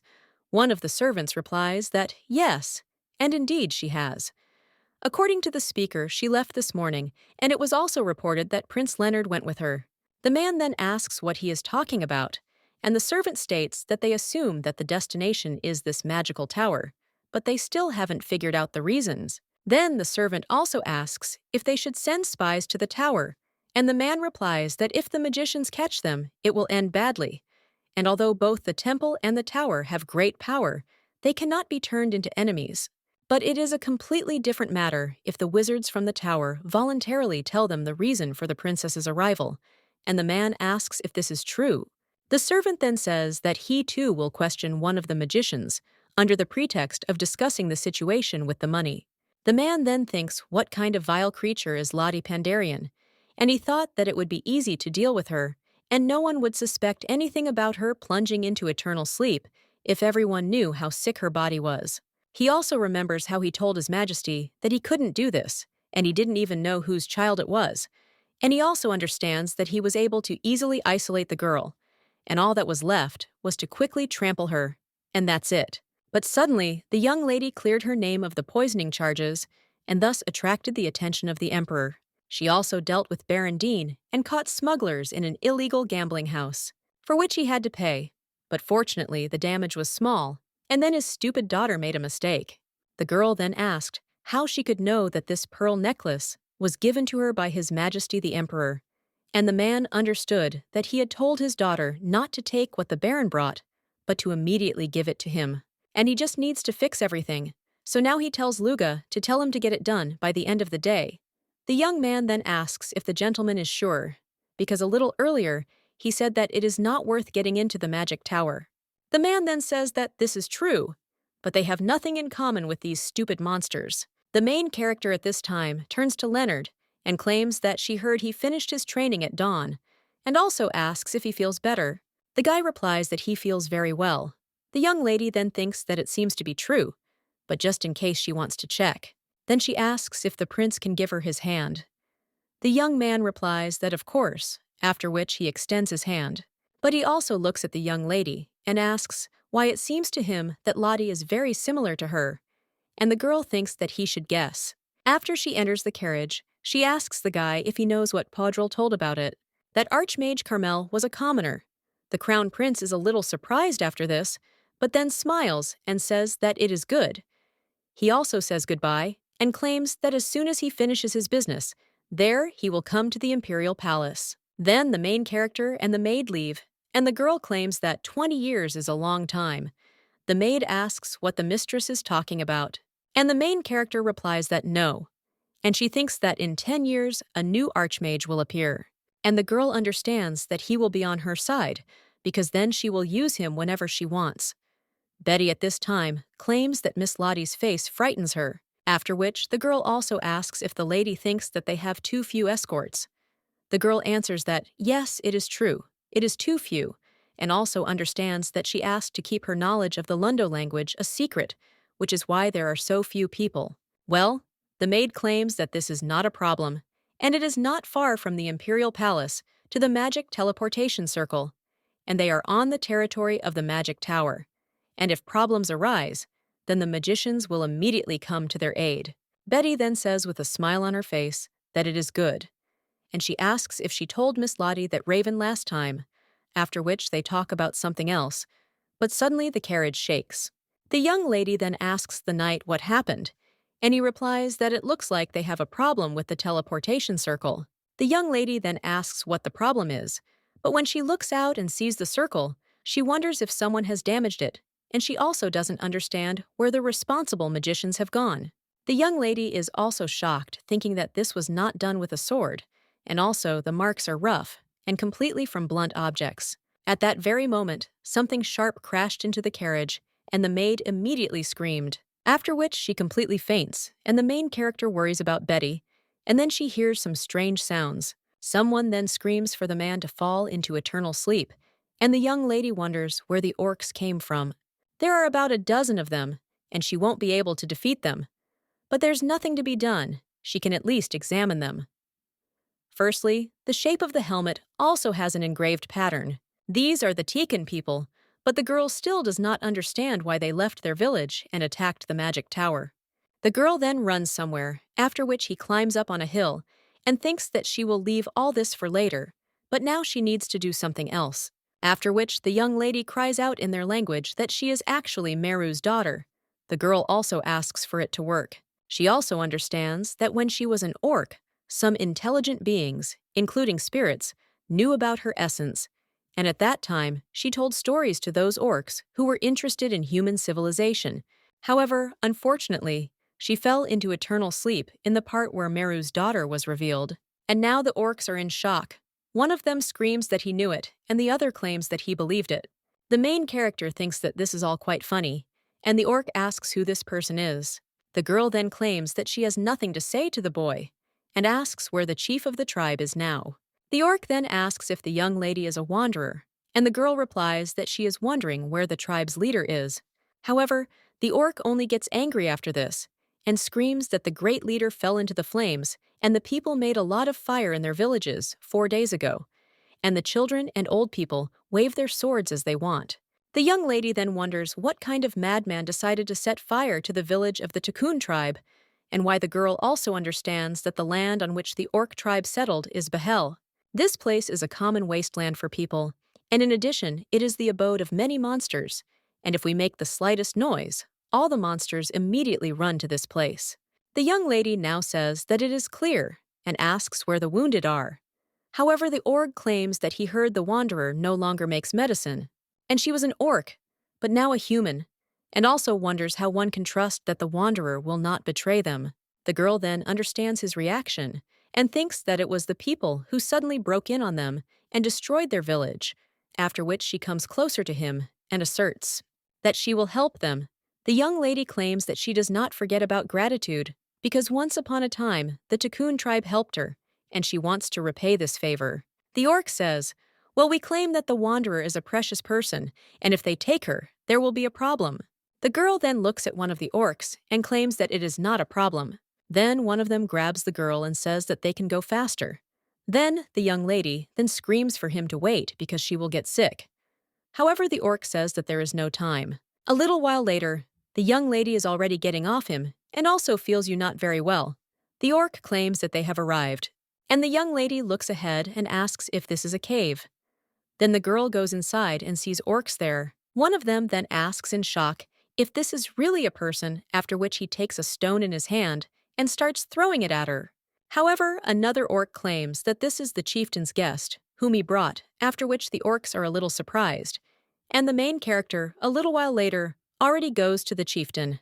He addresses the wanderer, and the girl understands that he speaks pure human speech, and that he really is a leader. The girl claims that she heard a little from the warrior, but would like to know more, after which she asks what happened. The chief claims that there was a surprise attack, and the warriors were lured out of the village. Then a grass field was set on fire, and the fire spread in an instant. They had no choice but to run, but the people did not give up and continued to chase them. The young lady asks if they were really being chased, and she replies that they were, and as soon as they got there, the pursuit stopped, but he doesn't know when they won't return. The doctor fell into eternal sleep on the way, and the children and old people suffered greatly, after which he asks if the wanderer will help them too. And the girl then replies that they should leave it to her, and also lend her some of their warriors, because after all, she is an herbalist. A little while later, one of the orcs claims that he brought herbs. However, the main character only gets angry and screams that she told him that he needed to bring leaves with pointed ends, and these have smooth tips. The orc then says that they all look the same, and the girl understands that she asked to find medicinal herbs, but they only drag poisonous ones. At this time, one of them also comes up and claims that he brought it, and the young lady understands that these are all the herbs she needs. The main character asks if he collected them carefully, after which she says that the orc is a good guy. After such words, he only gets embarrassed, and the main character thinks what a cutie he is. Another orc approaches the wanderer and claims that he has brought water, and that it is spring water, where she said the young lady then says that she can be trusted. And she understands that, in fact, this territory used to be a training ground for a magic tower, so she knows everything there. Well, even though it is now a restricted area. But nothing has changed. At that moment, one of the orcs screams that the people are chasing them, and they have gone so far. The other orc then gets angry and asks where they are since he is going. However, the young lady replies that no, and it is not necessary, after which she tells the warriors to return to the cave and wait for her order. The orcs are perplexed and ask what about the enemy, since he is close by.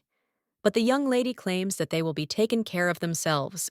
One of the men at this time claims that they need to comb this area, but his ward asks the captain why they should do this, and weren't they ordered to drive the orcs to the magic tower? The man says that it is so, but the one who gave them this order, this man who can make aristocrats out of them. The man then asks in shock if they can really become nobles, and their captain thinks that, and who said that he can't be an aristocrat because he is smart, and also immediately realized that the main thing in this order, so he just needs to get rid of this mudblood. And he is also sure that the girl is there because they drove the orcs so that they would finish her off. So all that remains is to make sure that they succeeded, and it's good that he saved this with him. A little while later, one of them screams for the captain to look, because there is a child there. The young lady at this time says that she is so scared, and one of the wards claims that there should be orcs nearby, so they need to find them first, but the captain tells them to stop because this girl is their real target. One of the wards claims that her clothes look so expensive, and she is definitely from some noble family. However, the captain tells the guy not to worry because they will remain unpunished, after which they come closer to the young lady, and the girl only tells them to save her. But when the man steps forward, then the ground beneath him collapses, and the main character only smirks. She understands that, once upon a time, mid-level earth magic was practiced there, and although it looks very ordinary, there is no big hole hidden in the middle. The man being in the hole cries out, "Did she lure them in on purpose?" And the girl replies that it was she who lured them in, after which the captain cries out, "Does she really think that they won't be able to get out of there?" But the girl only says that even though the hole is deep, and there are a lot of them there, but she still says that she wonders if they will be able to get out alive. The captain then screams at her to wait and spare them, because then he will tell who ordered it. However, the young lady apologizes, but claims that it is obvious to her who this person is. After which the girl turns to Okul and he obeys, and the young lady only points to the guy she was talking to and claims that he is the boss, so let him bring everything he has. The orc then furiously jumps on this guy and screams that they were chasing them, so they need to teach these people a lesson. When they are already dealing with these people, they ask the wanderer whether they should remove the bodies, and the girl replies that no, and she will clean up there herself. Then the orc cries out that they are returning to the tribe. The young lady, looking at the things of those people, thinks that there must be something useful there, after which she finds a coin and understands that this thing should not be with the bandits. At this time, one of the orcs turns to the young lady.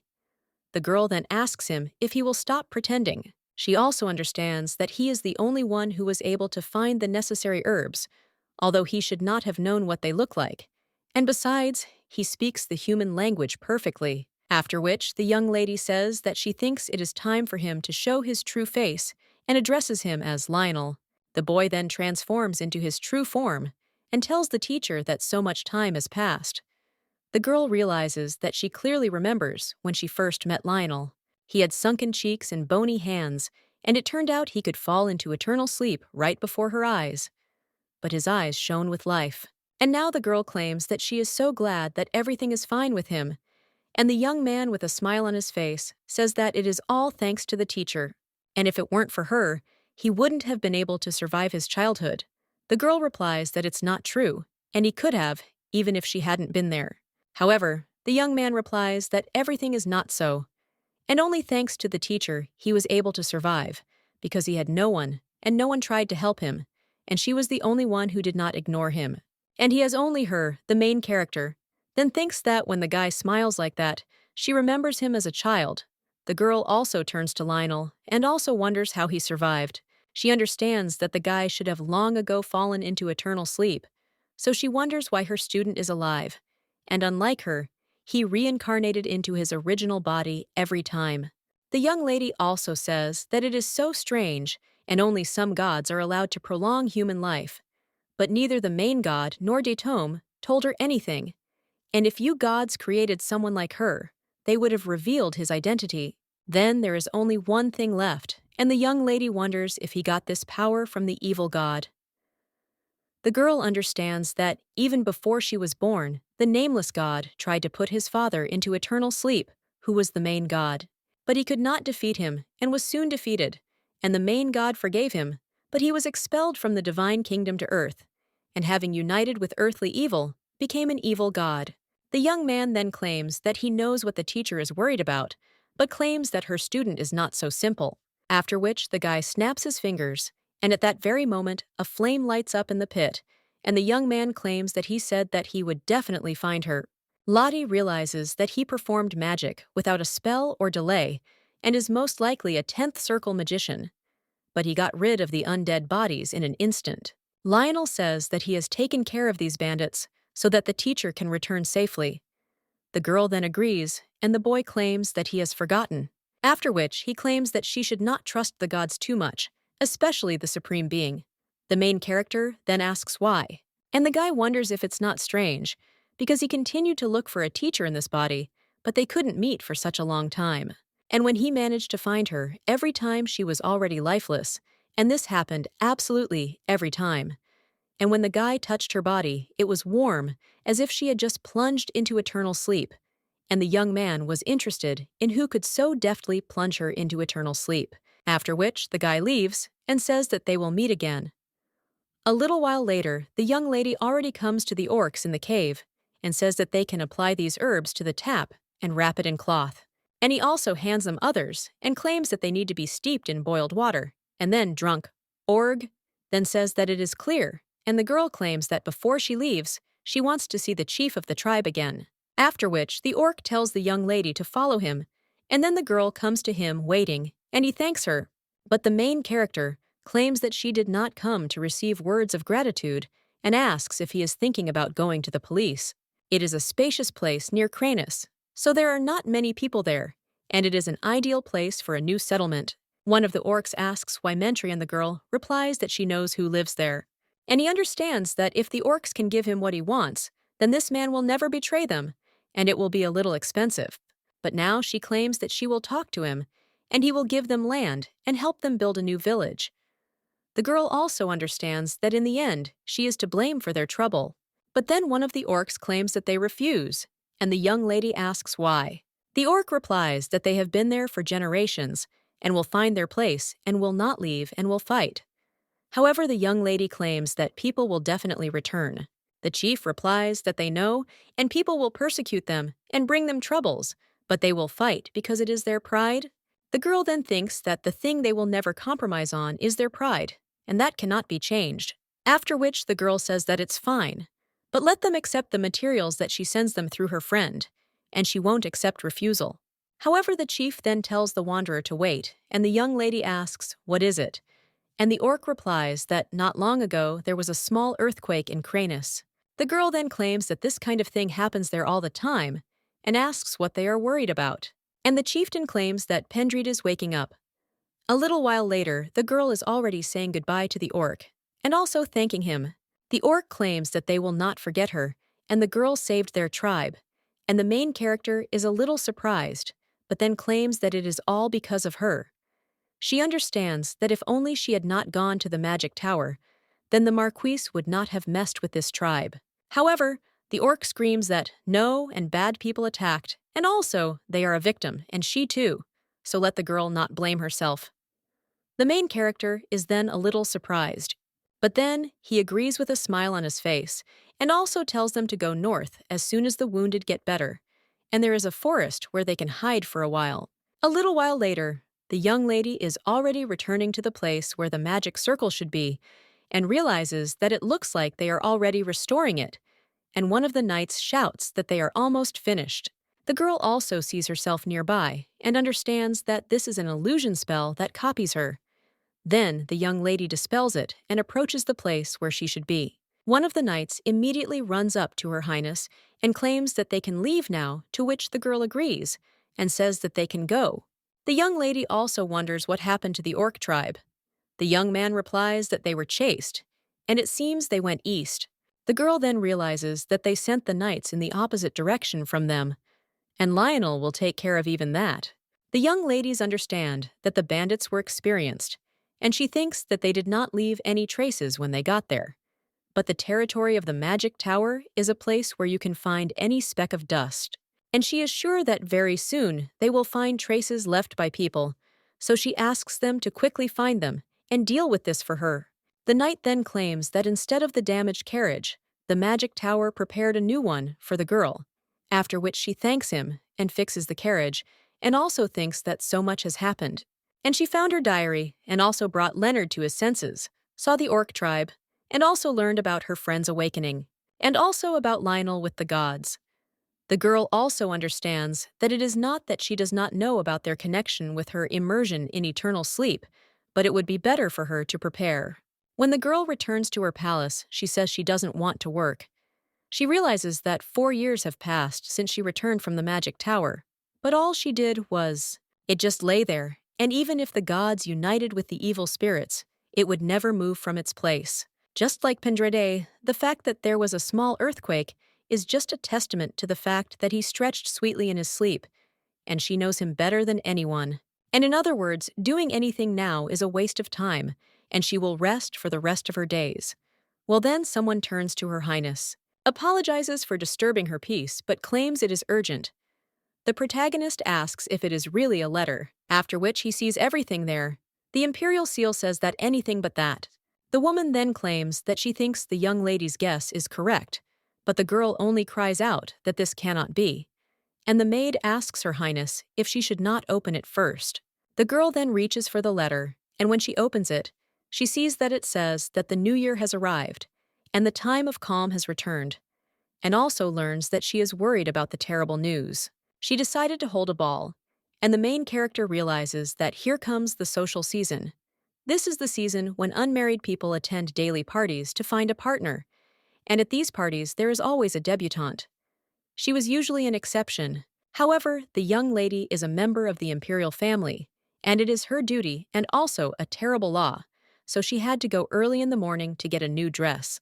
At this time, the woman asks the girl if she doesn't like the social season at all, and the young lady replies that, yes, she doesn't like crowds of people either, and she also doesn't know what to talk about, or with whom. And besides, she doesn't know how to dance at all. Lena then asks in shock if the lady can't dance, and the girl replies that yes, and she never learned, so how could she know how to do it? The woman replies that this is true, and she has never attended any dance classes and copes with everything perfectly well, so she thought that their dances were within her capabilities. The young lady then asks if Lena can teach her, and the woman apologizes, but claims that the first song has already been chosen and she doesn't know it, after which she finally understands what she came up with, and she will ask her friends who may be able to teach her to dance. She also claims that Miss Whitney is a dancer, and she knows all the modern dances. She also has a talent for teaching, so there shouldn't be any problem with just one song. The main character then asks if Miss will find time for her, and her interlocutor says that she will, because Miss Whitney is Duke Marcus's head governess. Lottie wonders who it is, after which she finally remembers this guy, and realizes that it was during the time of the first emperor. She worked as a doctor in the imperial palace, so she often met the perpetually injured Marcus, who was too clumsy for a knight. And because of this, they talked a lot. Even after she returned to Cranus, he often sent her letters, and the guy wrote there that this time he was lucky and also got hanged, and he would definitely tell her all the details when they met. The young man also claimed that he had a beautiful baby, so let Jin come visit quickly. The girl understands that this was his last letter because the following year he fell into eternal sleep during the war. The woman at this time says that Duke Marcus is now in the estate with the prince and princess, so Miss Whitney has a lot of free time. The main character says that this is good, and her interlocutor claims that this way His Grace the Duke can visit her, and the main character asks how? And her maid claims that in fact the Duke has been suffering from illnesses for a long time, and that is why Miss Whitney knows a lot about healing herbs. The main character then thinks that this is how they met. A little while later, the girl finds herself near a simple family home and asks if they have arrived at the right address. The woman replies that yes, everything is correct, and also this shop is run by the seamstress Miller, and it is now the most famous studio in the capital. The main character says that during the social season, such an atelier has many orders and asks if this is true, and the woman answers that she is right. So she signed up 3 years ago. The main character is shocked and wonders if she really signed up 3 years ago. Meanwhile, one of the workers greets them and states that his name is Taylor Will.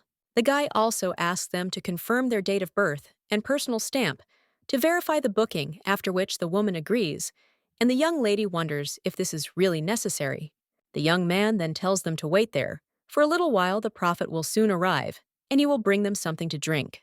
The main character then asks if the woman is so easily ready to give her reservation, which she has been waiting for so long, and the maid replies that of course, and this is the least she can offer the lady. But the main character thinks that she is so ashamed, and she wonders if they will agree to make a second dress for Miss Selah if she pays extra. But at this time, someone else comes into the house, and the worker says that the lady can't do this. But the girl claims that she also made a reservation at least 6 months ago, and the man claims that it's not her turn yet. After which, the lady with pink hair enters the room, and the main character realizes that it is she. Melia then only smirks and says that they have not seen Her Highness Princess Lottie for a long time. The girl also thinks what kind of meeting this was, and how Her Highness dared to accuse her then. But during the prayer celebration, she said that she was wearing a stolen pearl necklace. The Marquise also thinks that nothing like this could have been a gift from Baron Dean, and it was because of her that she had to sit in the mansion for a whole month, and therefore she will not leave the girl alone. The main character only looks coldly at this girl, and the Marquise then turns to Her Highness, the princess. Lottie asks if there is anything she wants to tell her. The young lady then tells her bye, and the girl screams that no, and not again. She gave her the wrong information. Lottie then asks what information the lady is talking about, and also if she forgot something. The girl then screams that she is talking about His Majesty the Emperor, and one of the men then asks the lady not to do it here. while the girl only screams that it is too noisy there. After which, she pushes the worker, and he falls hitting the furniture. The main character watches this in shock. And the lady with pink hair at this time asks how a commoner dares to interfere in the conversation of aristocrats, and whether he is on equal terms with her.